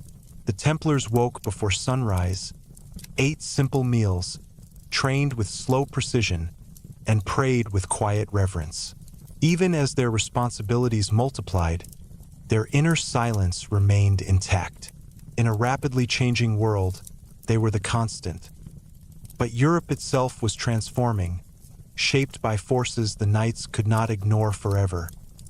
Trade routes expanded into new lands. Gold flowed across borders more freely than ever. Kings forged alliances, broke them, and forged new ones again. Empires shifted their boundaries. The church grew more powerful, stretching its influence through lands and royal courts. Across these changes lay opportunity and tension, and standing at the center of it all, silently bridging kingdoms, was the Order of the Knights Templar. With their widespread holdings, deep financial stability, and unmatched reputation for honesty, many nobles sought counsel from the Templars when planning campaigns or managing estates. The knights did not seek such authority. It arrived naturally, born from their reliability and their discipline. They became trusted advisors not because they desired influence, but because they carried no personal ambition. Their decisions were guided by fairness, devotion, and duty. Yet the higher a structure rises, the more its shadow stretches across the ground. Some kings admired the order deeply. Others feared it, and a few envied it with a quiet heat that simmered beneath formal courtesies still. The Templars continued their work unaware of the growing tension beneath the surface. They built new mills, cultivated fields, managed vineyards, and raised livestock. The lands they tended became some of the most prosperous in Europe, not because of wealth, but because of discipline. Their farms were organized with mathematical precision. Their estates were managed according to detailed records. Their workers were treated fairly, ensuring both loyalty and productivity. Travelers marveled at these well-ordered landscapes. The white mantles passing through the fields seemed to bring calm wherever they walked. Even animals responded to their gentle presence, horses nudging them affectionately, dogs resting peacefully at their feet. But beyond the fields, the mysteries surrounding the Templars continued to deepen in monasteries. Monks whispered about the scrolls and relics the knights had supposedly found beneath the temple in Jerusalem. Scholars debated the stories, some brushing them aside as legend, others insisting they hinted at a truth too profound to ignore. Royal courts grew increasingly curious. Stories multiplied like mist, shifting with each retelling. Some said the Templars guarded the bloodline of Christ. Some claimed they possessed the Holy Grail. Others believed they held sacred texts long buried deep within the earth. Whether true or not, the silence of the Templars only strengthened these narratives. They did not deny. They did not reveal. They simply continued their routines, focused on service, unaffected by the spinning stories that circled them like restless birds in England. The temple in London continued to flourish. The round church, shaped in the image of the Holy Sepulchre, glowed softly with candlelight each night. Travelers walked through its doors with weary steps, relieved to find shelter within its walls. Inside, knights prepared warm meals and offered clean water. Their kindness carried a soothing weight, one that rested gently on the hearts of those who came seeking safety. It was here, in this quiet sanctuary beside the River Thames, that the Templars often met with nobles to coordinate financial matters. They created letters of credit, mediated disputes, recorded debts, and facilitated trade. Their influence extended across oceans and continents. And yet, their personal lives remained humble. None of the wealth they managed belonged to them. None of the power they held was wielded for personal advantage. They remained bound by vows that kept them steady even in the face of the world's shifting tides. But power creates reflection, and reflection invites comparison. Kings began to compare their own financial stability to that of the Templars. They measured their armies against the disciplined knights of the order. They noted how the people trusted the white mantles more than the crowns that governed them. These realizations left uncomfortable spaces in the minds of rulers, spaces where doubt could take root like slow-growing vines. Meanwhile, the Holy Land continued to call for reinforcement. Clashes between rival factions grew more frequent. Pilgrims remained vulnerable. Castles defending vital routes needed repairs and reinforcements. So the Templars coordinated supplies, weapons, and manpower from Europe to ensure the Holy Land did not fall into chaos.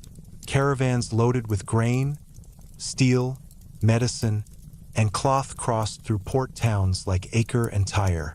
Ships carrying Templar knights sailed from Europe under starry skies, their hulls filled with equipment to support the front lines.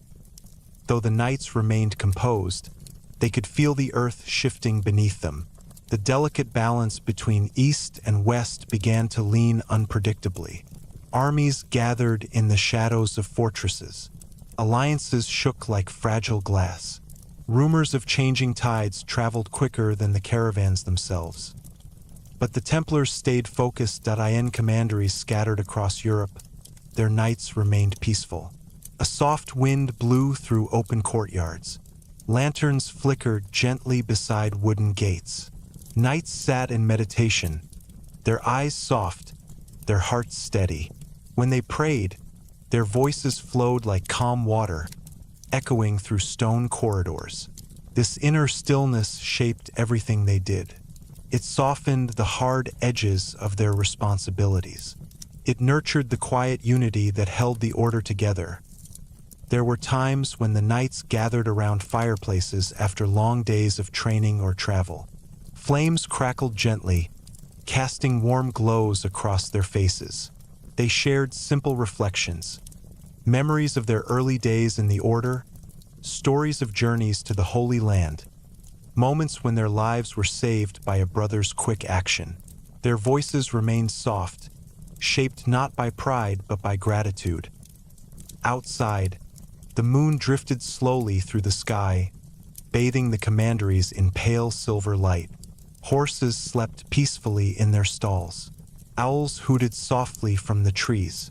The world felt suspended in a moment of pure calm. It was in these quiet nights that the Templars sometimes felt the weight of destiny, not as a burden, but as a gentle awareness that they were part of something larger than their own lives. They sensed the growing tide of influence, the deepening reliance of the world upon their order. They sensed, too, the faint hum of unease in distant courts. But none of this disturbed their inner peace. The calm endured, but the world beyond the commandery walls was changing, slowly, patiently, inevitably soon. This quiet balance would be tested, not by battle, not by the desert, not by the long roads or distant crusades, but by something far more dangerous, the shifting ambitions of powerful men and the weight of a world that had grown too dependent on the calm strength of the Knights Templar. For now, though, they slept beneath peaceful skies, unaware of how closed the horizon lay to turning. The years that followed unfolded like a long, calm breath stretching across the lands of Europe and the Holy Land. The Order of the Knights Templar stood taller than ever before, its influence woven through trade routes, courts, farmlands, banks, and fortresses. Wherever the white mantle appeared, it brought with it the same sense of steady reassurance. The knights moved like calm rivers through noisy, uncertain worlds, and the sound of their horses' hooves had become a familiar comfort to travelers from distant kingdoms and France. Commanderies thriving under the soft morning light seemed almost peaceful enough to dissolve the memory of conflict entirely. Wheat fields swayed gently in the wind, their golden heads shimmering like quiet fire beneath the sun. Workers moved through the fields with steady rhythm, harvesting in silence except for the soft rustle of grain. The Templars walked among them, assisting with tasks, offering guidance, checking that supplies were stored correctly, and ensuring no family lacked food or shelter. Nearby, in the stables, horses flicked their tails lazily as squires brushed their coats. The scent of hay hung warm in the air, mixed with the soft creak of wooden beams. At dawn and dusk, the courtyard echoed with the sound of chanting as the knights gathered for prayer. And in those moments, the world outside seemed to pause, listening to the harmony rising within the stone walls. Across the sea, in England, the temple in London bustled with controlled calm. Scribes bent over tables beneath tall, arched windows, the parchment glowing golden beneath slanting sunlight. Knights walked slowly across smooth stone floors, their footsteps gentle, their mantles whispering softly against the ground. The river outside carried merchant boats whose captains trusted the Templars more than any local lord. And every evening, the round chapel shimmered with candlelight, echoing with the faint murmur of prayers rising like smoke into the high dome. The Order's strength was undeniable, its reputation flawless, its unity unbroken. People believed the Templars would stand forever, and yet, like all things that rise too high, the Order cast a long shadow. Kings noticed how deeply the people respected the knights. They noticed how trust flowed naturally toward the Order. They noticed that the Templars' loyalty was to God and the rule, not to any crown. This created a quiet tension, subtle at first, barely perceptible, but present nonetheless. Still, the knights themselves felt none of it. They continued their work with the same gentle devotion. When winter snow blanketed the French countryside in soft silence, the Templars rode out to deliver food to isolated villages. When floods struck in the Low Countries, they provided shelter and rebuilt damaged homes. When drought spread across Portugal, they shared grain from their storehouses, never expecting repayment. And because they gave so freely, they were loved freely. This love only deepened the unease in royal courts. One king in particular, Philippe IV of France, watched the Templars with intense, quiet eyes. Philippe was ambitious, brilliant, and burdened by debts that weighed heavily upon him. His wars had drained his treasury. His court demanded luxuries he could no longer afford. And every time he walked through Paris and saw the Templar fortress rising proudly beyond the streets, a flicker of envy stirred inside him. He saw what they had: wealth stored in stone vaults beneath their commanderies, loyalty from every corner of Europe, independence unmatched by any royal authority. To him, their silence looked like secrecy. Their unity looked like conspiracy. Their wealth looked like temptation. Still, the Templars continued to treat Philippe with the same respectful neutrality. They offered every king. They lent him money when he requested it. They offered counsel. They provided military support when needed. They did not suspect the seeds of resentment growing quietly within him. Meanwhile, in the Holy Land, the Knights faced new pressures. Conflicts along coastal cities increased. Castles once filled with Christian defenders now stood on uncertain ground. The Templars reinforced these outposts with supplies from Europe: grain, armor, swords, medical herbs, and recruits who had trained for years in remote commanderies. Every shipment carried the hope of stability. But despite their efforts, the Holy Land trembled beneath the shifting weight of rival factions. The Templars kept their routines: patrols at dawn, defensive drills in the afternoon, prayer in the evening. Yet even within their calm, they sensed change. The once familiar glow of Jerusalem felt distant now, less secure, less reachable. The desert winds carried warnings disguised as whispers. Back in Europe, the Order's network of estates continued to flourish. Mills turned steadily along riverbanks. Vineyards spread across sunlit hills. Workshops forged steel with disciplined precision. Commanderies became centers of learning and healing. Monks, travelers, soldiers, merchants, all found sanctuary within Templar walls.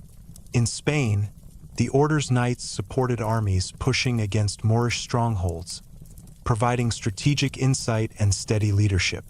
Their presence was often the difference between chaos and cohesion. In Portugal, their influence helped secure borders that had long been under threat. In Germany, their commanderies maintained peace in regions where feudal disputes threatened to erupt into war. And yet, wherever the Order grew stronger, so too did the murmurs. How can an Order answer to no king? Why do they keep their secrets? What lies beneath the temple in Jerusalem? Why do they hold so much wealth while living so simply? The questions were whispered in royal halls, whispered in market squares, whispered in monasteries. Each whisper carried a hint of envy, a hint of curiosity, a hint of suspicion. Still, the Templars pressed onward in peace. One evening, inside a French commandery surrounded by forests, the knights gathered for their nightly meal. The hall glowed with warm candlelight, illuminating baskets of bread, bowls of thick vegetable stew, and clay pitchers of water. The knights ate in contemplative silence, savoring each bite, thankful for the day.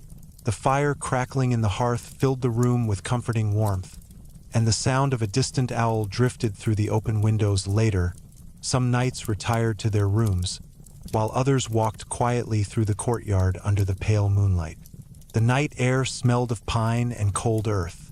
A soft mist had begun to rise, curling around their boots. One knight paused, listening to the gentle rustling of leaves. His thoughts were calm, drifting like slow-moving clouds. He sensed that the world was changing, though he could not yet define how far across the land. In Paris, King Philippe sat in his private chambers, staring into the glow of a golden candle. His advisors whispered around him, their words sharp and cautious. They spoke of debts. They spoke of power. They spoke of weakening enemies. And eventually, inevitably, they spoke the name that Philippe could not ignore. Templars, their wealth could erase his debts. Their secrecy could be twisted into accusation, and their independence could be painted as rebellion. For the first time, the king saw not holy warriors, but an ungovernable force that stood above crowns and answered to none but themselves. That he tightened his jaw, his eyes narrowing. Yet the knights slept soundly that night, unaware of the shadows gathering far beyond their walls. The world outside was changing in ways they could not yet feel. Their purpose remained pure. Their devotion remained strong. Their unity remained whole. But the horizon was shifting, and the calm that had defined their rise was slowly, quietly giving way to something new, something darker, something more complex, something inevitable. For now, though, the Knights Templar moved through their world with the same serene grace, unaware of how close the first cracks had begun to spread beneath their feet. The winds across Europe began to shift in subtle, quiet ways, so soft at first that almost no one noticed. The fields still waved gently beneath the sun, vineyards still ripened on warm hillsides, and the commanderies of the Knights Templar still hummed with their usual rhythm of devotion, discipline, and calm. Yet beneath that calm, something unseen was stirring, like a distant tremor beneath the soil. Across France, small moments hinted at a deeper change. Merchants spoke more cautiously when discussing royal debts. Priests seemed uneasy when referencing the church's shifting alliances. Nobles at feasts exchanged glances filled with quiet suspicion instead of admiration whenever the Templars were mentioned. It was not a loud shift, not a sudden break in the peace. Rather, it was a subtle cooling of the air, like the slow dimming of light before a storm. Still, life within the commanderies continued with serene steadiness to dawn. The knights rose from their simple beds, the cold stone floors cooling their bare feet as they stood in the quiet of early morning. Candles flickered softly in the chapel, illuminating rows of kneeling figures whose breaths moved in unison. Their prayers were whispered with a reverence that seemed to melt into the walls themselves. Outside, frost glittered across the grass, shimmering faintly like a blanket of stars fallen to earth. Their morning meals remained simple: warm porridge, coarse bread, and clear water. Their training maintained its peaceful discipline. Some knights practiced sword work beneath the pale sky, their blades moving with slow, thoughtful precision. Others worked in the gardens, their hands brushing soil from the roots of winter crops. Squires carried buckets of water to the horses, the sound of sloshing liquid blending with the gentle clop of hooves on stone. Everything appeared unchanged, everything felt familiar, everything moved as it always had, and yet, the world beyond their walls was quietly tightening around them. In Paris, King Philippe's resentment deepened into something far heavier. Surrounded by advisors who whispered half-truths and cultivated doubt, the king examined every detail of the Templars' presence. He saw their wealth as an insult to his authority, their independence as a threat, their popularity as a danger. Every ledger they kept, every vault they protected, every commandery they built. It all turned into fuel for a fire growing slowly inside him. He sat in dimly lit chambers at night, the soft glow of candles casting long shadows on ancient tapestries. His fingers drummed on the armrest of his chair as he listened to reports delivered by men who feared him more than they feared the truth. Some warned him that the Templars had grown too powerful. Others claimed the order possessed forbidden knowledge. A few suggested that perhaps the knights intended to challenge the crown one day. Philippe listened, and each whisper hardened inside him like iron. The church, too, felt its own tremors. The papacy had shifted to Avignon, falling under the political gravity of France more than it ever had before. Messages passed between the king and the pope, each letter tugging at threads of power, influence, and loyalty. The Templars found themselves caught between two forces, both larger than themselves, both turning slowly to examine the order with growing scrutiny. Still, the Knights remained unaware that in England, the London Temple shone brightly beneath the soft winter sky. Its round chapel echoed with gentle hymns. Merchants seeking loans walked through its doors with hopeful eyes. Pilgrims seeking shelter knelt at its altars with quiet gratitude. Knights walked through the halls with steady footsteps, offering warm greetings to those who entered. They did not feel the shift, not yet, nor did the knights in Aragon or Portugal feel it. Their days remained filled with helping farmers rebuild after storms, organizing supplies for the Holy Land, and offering guidance to local communities. Their nights were lit by firelight and softened by shared prayers. But across the Mediterranean, the Holy Land trembled. Outposts once secure now stood in increasing danger.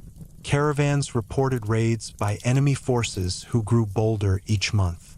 Castles along the coastline struggled to maintain supplies. The Templars responded with their usual calm efficiency, sending reinforcements, repairing fortifications, and guiding travelers with unwavering resolve. Yet even the knights in the east sensed something subtle shifting beneath the surface of their world. The stars seemed colder at night. The desert winds carried whispers of uncertainty. Pilgrims spoke of Europe with a tone that hinted at unrest. Letters arriving from commanderies far away mentioned changes in political attitudes. Small hints, but enough to disturb the edges of peace. One evening, in a fortress overlooking a valley bathed in golden twilight, a senior Templar stood on the battlements, his cloak fluttering softly in the cool breeze. He looked out over the distant desert, his gaze steady, thoughtful. He could not explain it, but he felt something tightening within the world, as though unseen hands were drawing threads together in preparation for an event that had not yet revealed itself. He breathed slowly, letting the desert air fill his lungs, grounding himself in the calm that had always guided him. The sun dipped lower, casting long shadows across the land.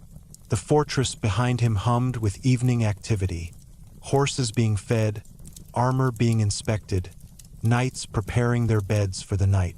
Everything sounded familiar, yet the quiet beneath those sounds carried a faint vibration, like a string pulled taut. That same night, far away in France, King Philippe met with his advisors again. Their hushed voices carried sharp edges.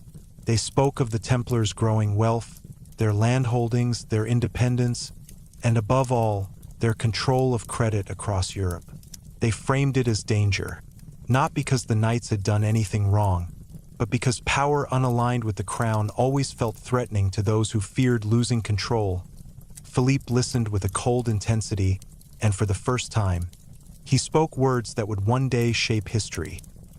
A kingdom cannot tolerate a power greater than the throne. His advisors bowed their heads. The seed had fully sprouted still. The Templars slept in peace. In the commanderies, nights passed as they always had. Cloaks hung neatly in rows. The faint scent of burning tallow candles drifted through the halls.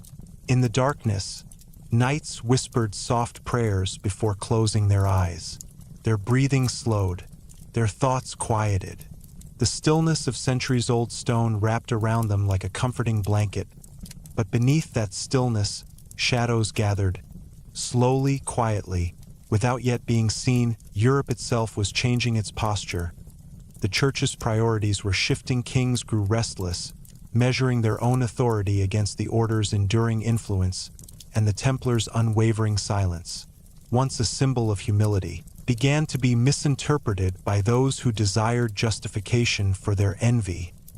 Yet through all of this, the knights remained who they had always been, steady, faithful, humble, unaware of the distant rumblings of a storm that had begun forming around them. Late one night, as a gentle rain fell upon the rooftops of a commandery in Burgundy, a lone knight walked through the courtyard, breathing in the quiet scent of wet earth. Raindrops tapped softly against his mantle, each drop a calming rhythm. He looked up at the cloudy sky, feeling a strange heaviness in the air. Not sadness, not fear, but something harder to define. At a moment of stillness, a moment of intuition, a moment before history tightened its grip around the order, he closed his eyes, let the cool rain touch his face, and whispered a simple prayer, one for peace, one for wisdom, one for the brotherhood he cherished. The rain continued to fall. The world continued to turn. The knights continued to rest, and somewhere beyond the horizon, unseen but inevitable, the first true edge of the coming storm drew closer. The calm was still intact, but it would not last forever. The night skies over Europe grew heavier as the months quietly folded into one another. What had once been a world shaped by the steady, reassuring presence of the Knights Templar was now subtly but unmistakably shifting. It was not a dramatic change, not yet. Rather, it was the kind of transformation that begins at the edges of perception, like a faint tremor beneath stone or a distant echo carried on the wind. Life in the commanderies carried on peacefully, but the world beyond their walls was tightening its gaze. Across France, whispers spread in ways that smoke curls through air, soft, elusive, impossible to capture but impossible to ignore.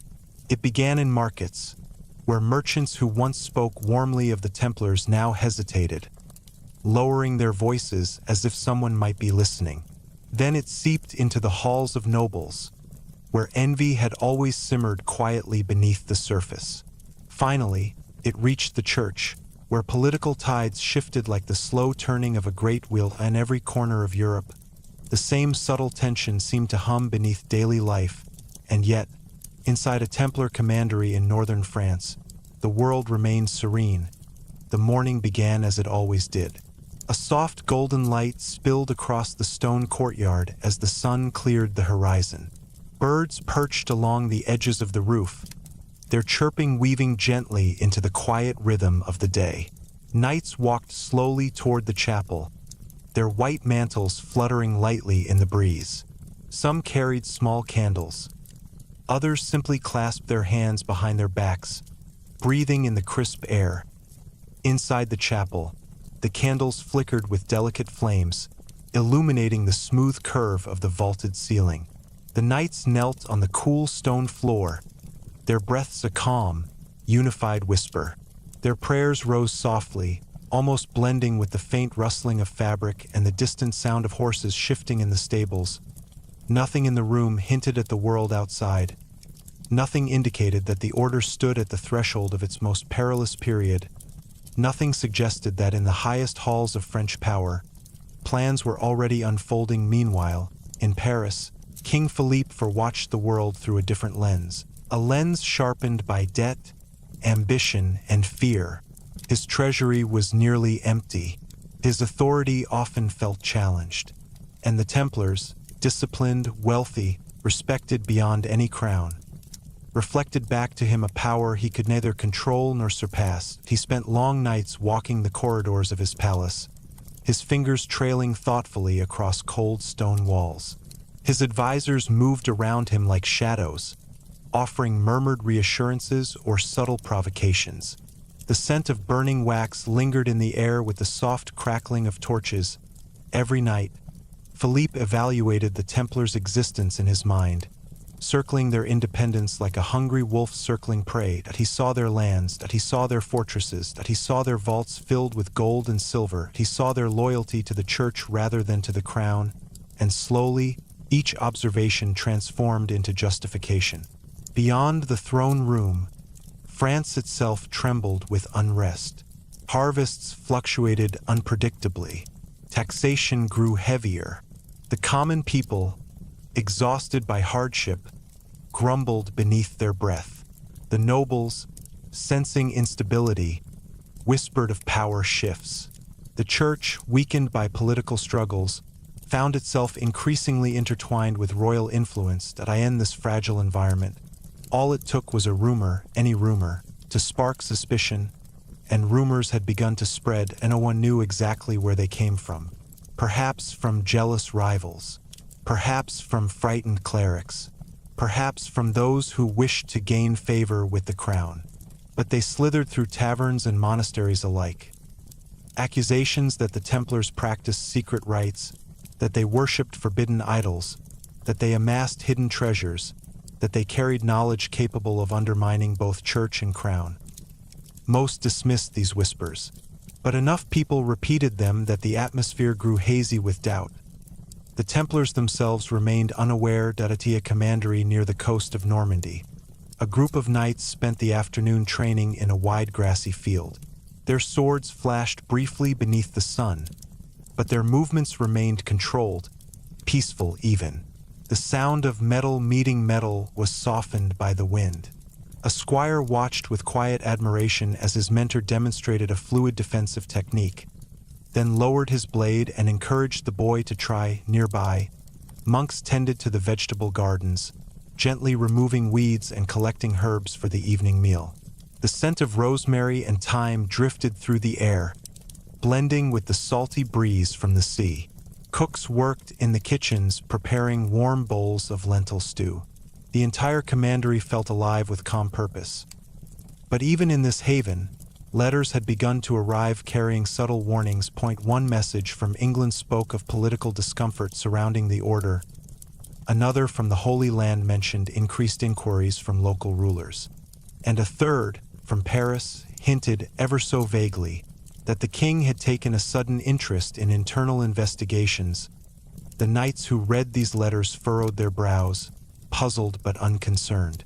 After all, they had nothing to hide. Their lives were simple, disciplined, and dedicated to service. But the truth was that innocence alone does not shield anyone from a king's ambition. Far south, in Italy, the papal court felt its own weight shifting.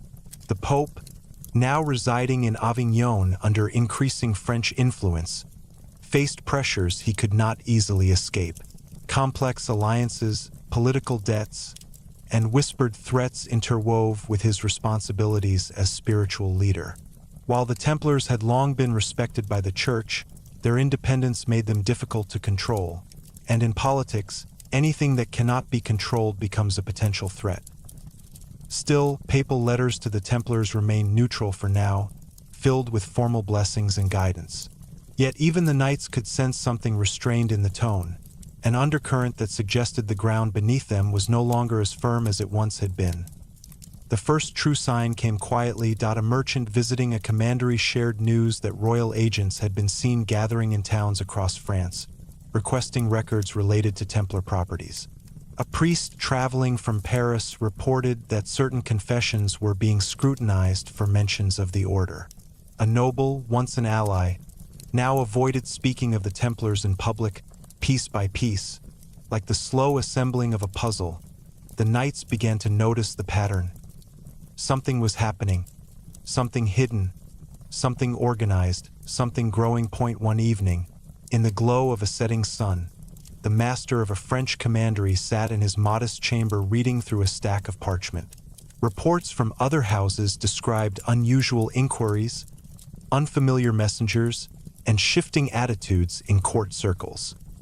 He leaned back in his chair, exhaling slowly, letting the weight of uncertainty settle over him. He trusted in God, that he trusted in the order, that he trusted in the rule. But even faith has moments of unease.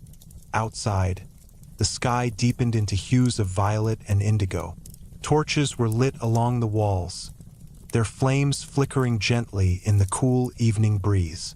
Knights walked through the courtyard, speaking softly to one another. Some discussed repairs to the stables. Others shared news from distant commanderies.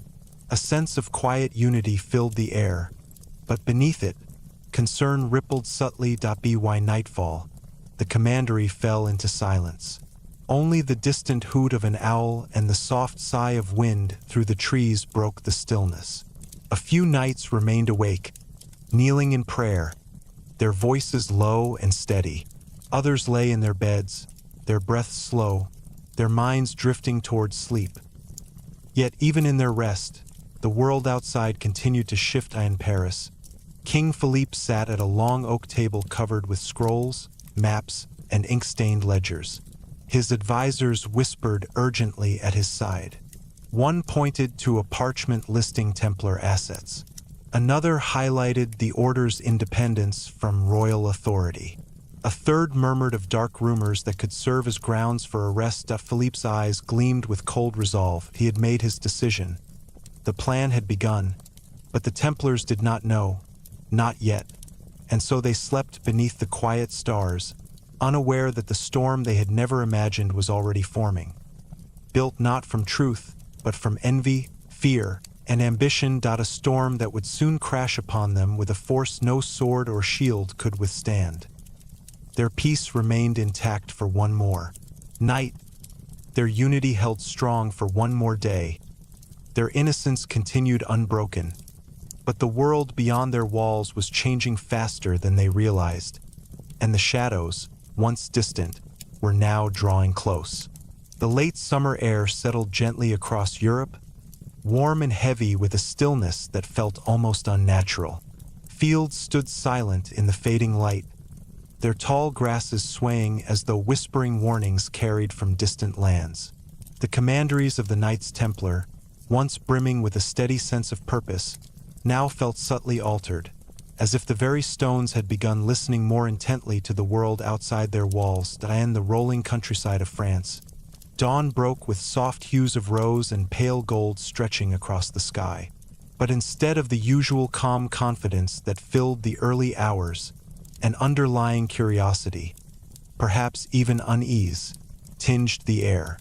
In the courtyard, knights moved with their familiar discipline, their footsteps crisp on the cool stone, but their conversations carried a certain tension they could not quite explain. A courier had arrived during the night, his horse covered in sweat despite the cool air. He delivered a sealed message to the master of the commandery, then departed quickly, refusing even a cup of water. The master read the letter alone, his face composed, though his eyes lingered longer than usual on the page. When he folded the parchment, he did so with quiet deliberation, as though weighing the meaning of every word. The knights noticed. They always noticed. Yet they said nothing, trusting that they would be told only what was necessary. Inside the chapel, morning prayers echoed softly through the vaulted ceiling.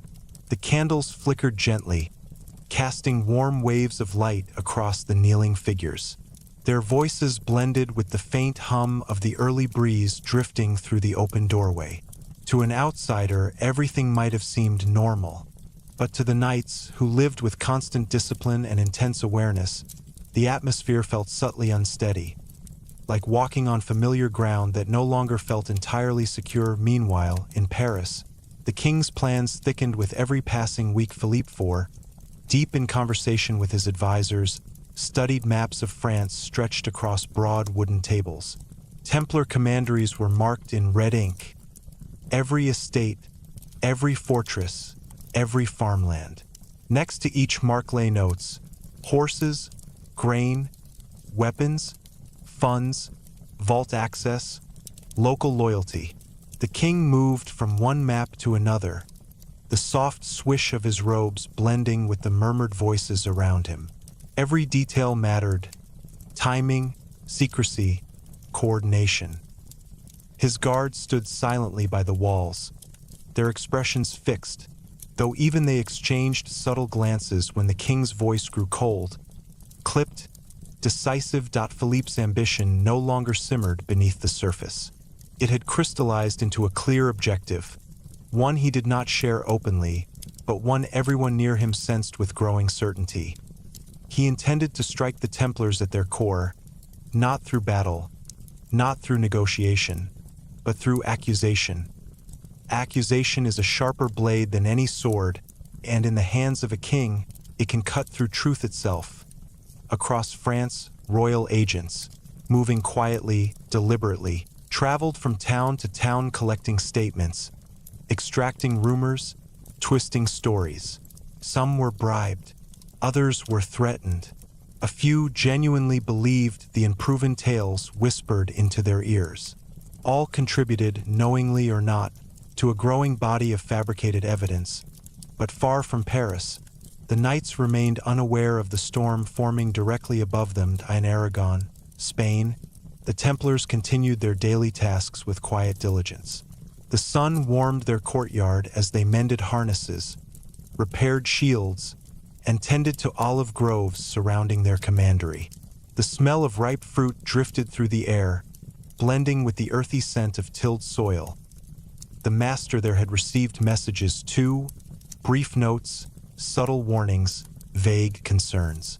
But like the French knights, he trusted in their purity, their vows, their centuries-long loyalty to both church and crown. Suspicion seemed unnecessary, almost unthinkable in England, where the London temple bustled with scribes and clerks. The knights continued to record financial transactions and safeguard the wealth of nobles, merchants, and even the monarchy itself. Travelers found shelter within the round chapels embracing stone walls, their hearts eased by the serene glow of candlelight. A few had heard whispers from France, but the idea that the order might be targeted felt impossible. They had served faithfully for nearly 2 centuries. They had fought, bled, and died for Christendom. Their reputation remained spotless. How could accusations, any accusations, possibly threaten them? Rumors are strange creatures. They do not need truth to survive, only oxygen. And Europe provided plenty in taverns. People repeated stories without knowing their origins in monasteries. Monks speculated in hushed tones in noble courts. Jealous whispers sharpened like hidden knives. Some claimed the Templars performed unholy initiation rites. Others said they worshipped a mysterious idol called Baphomet. Still others believed they possessed forbidden books or relics. None of it was proven. None of it was based on fact. But none of it needed to be. The Templars had become too powerful, too admired, too independent. And when a force rises too high, others inevitably attempt to pull it down. By midsummer, the first clear signs began to appear. A young knight returning from Paris carried news that royal investigators had questioned several people connected to the order. They asked strange questions, nothing about finances or military matters, but about rituals, secrets, confessions. When the knight relayed this to his master, the older man frowned, though he maintained his calm expression. Another letter arrived from the Holy Land, describing unusual inquiries made by clerics visiting coastal fortresses. They asked about symbols, ceremonies, relics, things no one had questioned in years. The knights responded politely, but something about the tone of the questions unsettled them. And then, late one night, a merchant who had long traded with a French commandery confided in a squire that he had overheard royal officials discussing preparations concerning the order. He didn't know what the preparations were, nor did he want to know, but his voice trembled with genuine fear as he urged the squire to warn the knights. The squire, startled and confused, delivered the message. The knights listened carefully, and for the first time, concern settled heavily among them. Yet even then, they believed the truth would protect them. Inside a dimly lit refectory in Burgundy, knights gathered for their evening meal. The soft glow of candles illuminated their calm faces. The smell of roasted onions and warm broth drifted through the hall. They spoke quietly about unfamiliar rumors and shifting attitudes, each man trying to make sense of the world's sudden restlessness. One night suggested traveling to Paris to seek clarity. Another recommended sending envoys to the Pope. A third insisted the matter was temporary, that envy had always followed those who rose too far, but never before had it threatened to break them. But the master, who sat at the head of the table, remained silent for a long moment. When he finally spoke, his voice was steady, calm, but weighed with something his brothers had rarely heard from him: uncertainty. "We have done nothing wrong," he said, "and yet the world begins to believe we have. Let us be vigilant. Let us remain true, but let us also prepare." His words settled over them like a heavy blanket, warm with unity, yet cold with warning.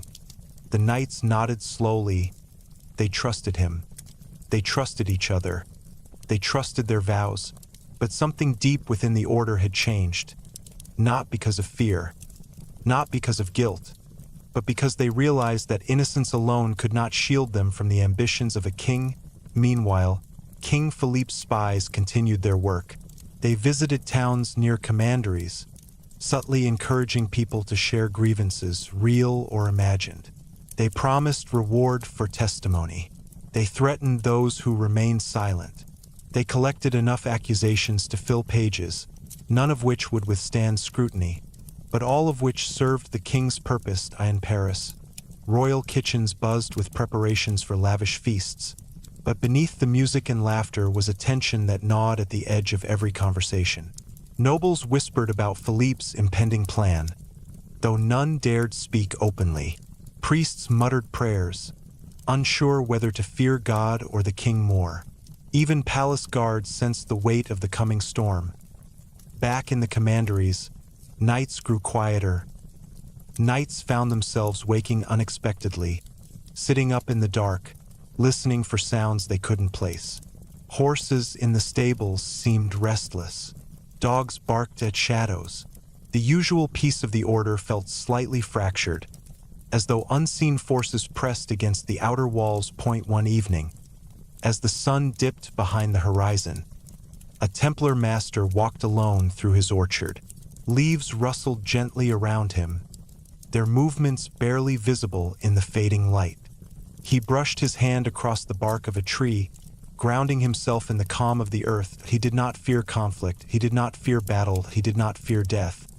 But he feared something else: falsehood. For how does one defend against lies? How does one fight shadows? How does one protect a brotherhood from a threat born not of swords, but of words? He closed his eyes. The breeze cooled his face. Night deepened around him, and he whispered a prayer. Not for protection, but for clarity. Across Europe, the last threads of peace were fraying. The Templars felt it now. They could no longer deny it. The world had turned, and the storm, once distant, was now almost upon them. They did not yet know the date. They did not yet know the scale. They did not yet know the full intention of the crown, but they sensed it, a great unraveling on the horizon. And soon, very soon, history would shift forever. Night had settled gently across France, wrapping the land in a hush so deep it felt almost sacred. The moon hung low, a pale silver lantern floating above quiet forests and sleeping villages. Leaves whispered softly in the mild autumn wind, and distant church bells marked the slow passage of hours. To anyone wandering the countryside, the world might have seemed at peace, calm, unthreatening, resting beneath the comforting weight of night. But beneath that calm, history was gathering its breath. Within the walls of Templar commanderies scattered across the kingdom, everything appeared completely ordinary. Knights moved through their nightly routines with familiar ease. In one commandery, a pair of brothers repaired the straps of a worn saddle under the warm glow of a single oil lamp. In another, an elderly knight wrote carefully in a ledger, his quill scratching softly across parchment. A squire carried a bucket of water to the stables, humming a gentle melody his mother had once sung to him. Horses shifted quietly, their breath rising like mist in the cool AI art. Anyone knew, anyone could have imagined, anyone suspected that this peaceful night would be their last moment of innocence. Hours away, in Paris, torches burned brightly in the courtyards of the royal palace. Soldiers marched with deliberate, coordinated steps. Officers whispered orders to assembled captains. Horses stood saddled and waiting. The firelight reflected off polished helmets and sharpened swords, casting trembling lines of gold across armor. The flames flickered against stone walls as though restless, impatient for the command that had not yet been spoken aloud. King Philippe stood in his private chamber, staring at a table covered with documents. Some were letters from foreign rulers. Others were papal instructions. Many were false testimonies collected by his agents, statements crafted to serve only one purpose: His eyes, cold and unblinking, moved slowly across the final orders laid out before him. He felt calm, that he felt justified, that he felt victorious long before the blow had been struck. Behind him, one of his most loyal advisors waited quietly, hands clasped behind his back. He dared not speak, though he could sense the king's anticipation building like the tightening of a bowstring. Outside the chamber, guards stood motionless, listening for the moment when Philippe would call them inside. Still, the king did not speak. He wanted the silence to stretch a little longer. He wanted the weight of the moment to settle fully upon him. Back in the countryside, that silence was mirrored inside Templar commanderies, but in an entirely different way. Knights finished their nightly prayers just as they had done every evening for decades. The chapel glowed with warm candlelight, illuminating the serene faces of men who had dedicated their entire lives to God, honor, and unity. Their voices rose gently, filling the high stone vaults with soft murmurs that sounded almost like waves washing against a shore. When the prayers ended, they stood slowly, bowed their heads, and stepped into the cool night air. Some lingered in the courtyard, looking up at the stars. Others walked toward their quarters, their footsteps echoing lightly on the stone pathway.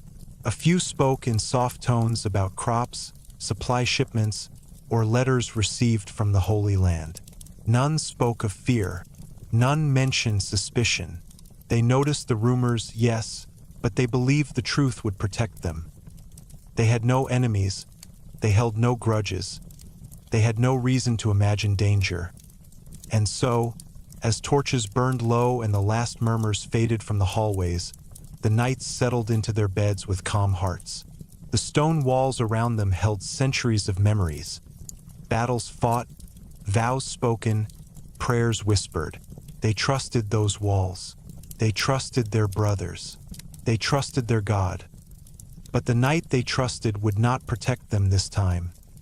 Far from the peaceful commanderies, in Paris, midnight approached. The palace courtyard filled with the quiet clatter of armor. Horses pawed at the ground, their breath rising in thin, ghostly clouds. Captains reviewed their lists, names upon names upon names. Every Templar who lived within the borders of France. Every man, from master to cook to squire. No one was to be spared. The king had ordered it. The church had consented, grudgingly, reluctantly, but decisively, and the soldiers would obey it in the moments before the command was given. An eerie stillness settled over the assembled forces. Even the horses seemed to sense something unusual in the air. The torch flames swayed gently, their light stretching across the faces of the men who would soon tear through the still sleeping world of the Templars. Then, without ceremony, Philippe forspoke. His voice did not tremble, that it did not rise, that it did not falter, that it was calm. Cold, polished, unyielding. Begin.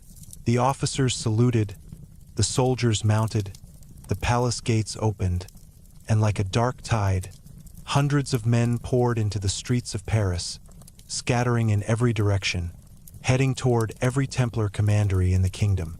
Their armor clinked softly beneath their cloaks. Their horses moved swiftly through moonlit roads. Their orders were clear, severe, absolute. Arrest them all, confiscate everything. Leave nothing untouched as the king's forces spread across France. The countryside remained quiet, unaware of the silent armies passing through the darkness. Farmers slept in their small homes. Dogs dozed near warm hearths. The stars shone above fields and forests as they had for thousands of years. Nothing in the natural world reflected the chaos that was about to unfold. Meanwhile, inside one of the larger commanderies, a knight stirred in his sleep. A faint noise had reached him, nothing more than a distant clatter, so soft it might have been a dream. He sat up slowly, listening. The room was dark, lit only by the faint glow of moonlight filtering through a narrow window. He heard nothing more. After a moment, he exhaled and lay back down, the stone beneath him cool and familiar. Elsewhere in the same commandery, A dog lifted its head, ears pricked. It growled softly, sensing movement far down the road. But before it could bark, its master gently stroked its head, whispering a soft command to rest. The dog lay back down, though its eyes remained open. Across fields and forests, the king's soldiers drew closer, their shapes merging with the night. Some carried long spears, others hauled ropes and chains. A few held torches, their flames hidden under cloaks until the moment they would need to burn away the darkness. One by one, they surrounded the commanderies, large and small, remote and well-known, until every Templar house in France was wrapped in a silent ring of steel. And still, the knights slept. They dreamed of past battles and long journeys, of prayers whispered at dawn, of friendships forged through trial and devotion. Some dreamed of the Holy Land, of sunlit deserts and echoing stone corridors. Others simply slept deeply, their minds at peace. Then, somewhere in the distance, a gate creaked, then another. Boots crunched on gravel, metal whispered against metal. A torch flickered to life inside the commandery. A knight awoke again. This time fully that he listened. This time he heard it. Horses, armored men, movement outside the walls. That he rose from his bed, heart steady but alert. That he whispered a prayer. Then he walked toward the door. That he did not know yet that history had already turned against him. All across France, at that exact same moment, similar awakenings were beginning. Knights stepped into corridors lit by weak moonlight. Squires peered from their chambers, confusion flashing in their eyes. Dogs barked sharply now, pulling at chains, no longer soothed by gentle words. And outside, soldiers prepared themselves. A captain lifted his hand. Torches were raised, swords drawn. Battering rams positioned. The air froze, then the silence shattered. The first ram struck a wooden gate. That a torch was thrown against a door. Soldiers shouted, and the peaceful world of the Templars broke apart forever. The gates that had once sheltered centuries of devotion now burst open under the weight of iron and fire. The night that began with such stillness erupted into chaos as royal soldiers flooded the courtyards of Templar commanderies across France. Horses neighed sharply, startled by the sudden crash of wood splitting under battering rams. Torches blazed to life, their flames dancing wildly against stone walls. Knights stumbled from their rooms, disoriented, unarmed, unable to understand what was happening. And yet, amid the confusion, many reacted not with anger or violence, but with calm disbelief. That a young knight stepped into the courtyard barefoot, his white mantle fluttering lightly in the cold night air. He raised his hands slowly, not out of surrender, but because he could not fathom that he might need to defend himself against fellow Christians. Soldiers seized him roughly, shouting accusations he barely understood. He stared at them with quiet confusion, as though hoping he had misheard. In another commandery, a senior knight stood firmly at the top of the staircase leading to the chapel. Royal soldiers stormed toward him, their armor glinting in the torchlight. He did not reach for a weapon. Instead, he lifted his hand and spoke only a single sentence. "Why do you come armed against men who have done no harm?" No answer came. Chains clattered as soldiers bound his wrists. Some Templars resisted, not out of rebellion, but out of instinct, disoriented by the sudden attack. A few drew swords, though none believed they stood a chance against the overwhelming force. Others simply knelt, whispering prayers. Many surrendered with steady hearts, trusting justice to prevail. But justice was not what awaited them. By dawn, thousands of Templars across France had been arrested. Their commanderies were seized. Their lands were taken. Their wealth, carefully guarded for centuries, was confiscated. Every vault, every chest, every ledger was carried away under royal command. And above it all, the king declared the same accusations everywhere: heresy, idolatry, blasphemy, corruption. None of it was true, but truth mattered little now. News spread rapidly across Europe. In England, in Aragon, in Portugal, in Germany, rulers and church officials listened with shock, doubt, confusion. Some agreed to arrest the Templars within their borders. Others resisted, believing France's actions suspicious. But the wave unleashed by the French king was too powerful to ignore in Paris. The imprisoned knights were thrown into dark, damp cells beneath the city. The air was cold and stale. The walls dripped with moisture. Shackles cut into their skin. Many had never experienced such conditions. They were warriors, yes, but warriors accustomed to discipline, prayer, and community. Now they sat alone, the silence broken only by the distant echo of other prisoners crying out. And then the interrogations began. Not questioning, but torture. A Templar was dragged into a chamber lit by torches and filled with instruments of pain. The inquisitors demanded confessions to crimes he had never heard before. They asked about idols he had never seen, rituals he had never practiced. When he refused to confess, they tightened ropes around his limbs until the agony became unbearable. His cries filled the chamber but went unheard by the outside world. After hours of torment, he finally whispered the words they wanted, not because they were true, but because he could no longer endure the suffering, and so the first confession was written, false, forced, but official. And once one confession existed, dozens more were demanded. In cell after cell, Templars were subjected to torture, stretching, burning, beating, deprivation, until even the strongest could no longer hold back the truth. They knew in their hearts but could not preserve with their mouths. Some died before confessing, some died afterward. Some survived physically but carried the wounds for the rest of their lives. Outside the prisons, King Philippe presented the confessions as proof. He proclaimed the order corrupt, sinful, dangerous. He insisted the Templars were a threat to the Church and to all of Christendom. And though many doubted him, few dared to oppose a king who held such power, and who now controlled the papacy as well. Pope Clement V, pressured heavily by Philippe, reluctantly issued a decree ordering an investigation across Europe. Some regions found no evidence. Others resisted entirely. But France's example cast a long shadow, and soon the order's fate felt sealed. Meanwhile, the Grand Master of the Templars, Jacques de Molay, was also imprisoned. He endured torture, he endured isolation, he endured humiliation. But he did not break easily. Years passed. Yes, years. During that time, the once mighty order faded. Its lands were transferred. Its castles were repurposed.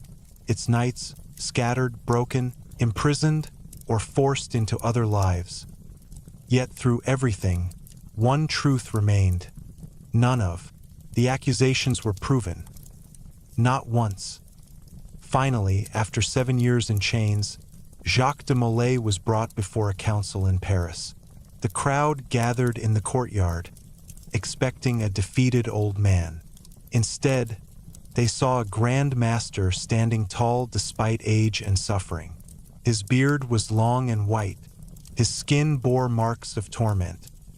His eyes, however, remained steady, clear, unbroken. He was expected to confirm his earlier confession. He did the opposite. Before the shocked assembly, Jacques de Molay withdrew every confession made under torture. He declared the order innocent. He declared the accusations false. He declared the king's actions wicked and unjust. His voice trembled, not from fear, but from the weight of truth carried for a lifetime. The crowd stirred. Some gasped. Some murmured.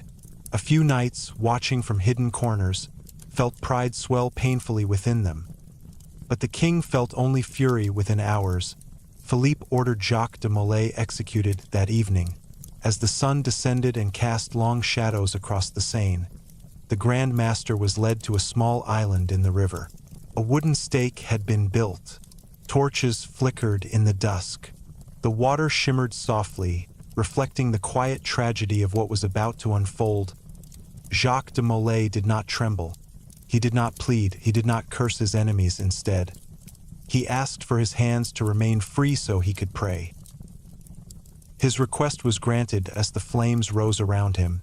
he spoke his final words, not in anger, but in solemn prophecy. He declared that the Pope and the King would soon stand before the judgment of God for what they had done. According to tradition, both men died within a year. The flames consumed the last Grand Master of the Knights Templar, and with him the order as the world had known it. But something strange happened in the years that followed. The Templars did not disappear. Not really. They vanished from courts and castles, yes. Their wealth was redistributed. Their name was tarnished. But their legend, that grew. Whispers spread across Europe about hidden treasures buried beneath old commanderies. Travelers spoke of Templar knights who had escaped and carried sacred relics to distant lands. Rumors claimed the order continued in secret, woven into other brotherhoods. Some said the Templars found refuge in Scotland, others in Portugal, others in remote monasteries far from the reach of kings. Stories flourished, songs were written. Symbols reappeared in unexpected places. The white mantle with the red cross transformed from a fallen banner into an immortal emblem. And over centuries, the Templars became something more than an order. They became a mystery, a myth, a legend that refused to fade. And even now, hundreds of years later, the world still feels echoes of their presence. Not in armies or fortresses, but in the quiet fascination that surrounds their name. In the stories told beside warm fires. In the books passed through generations. In the symbols carved into ancient stones. The Knights Templar ceased to exist on paper, but in spirit, in imagination, in history. They never truly died, for legends do not end. They simply shift into softer, more enduring forms, and so, on quiet nights when the wind moves gently through the trees, one might almost imagine the sound of hooves in the distance, the soft rustle of white cloaks, the faint echo of prayers whispered in old stone chambers. A reminder of men who served with discipline, with courage, with devotion, and who fell not because of evil, but because of envy. Their story remains, their mystery endures, and their legend will continue to drift through time like a gentle whisper, soothing, mystic, eternal.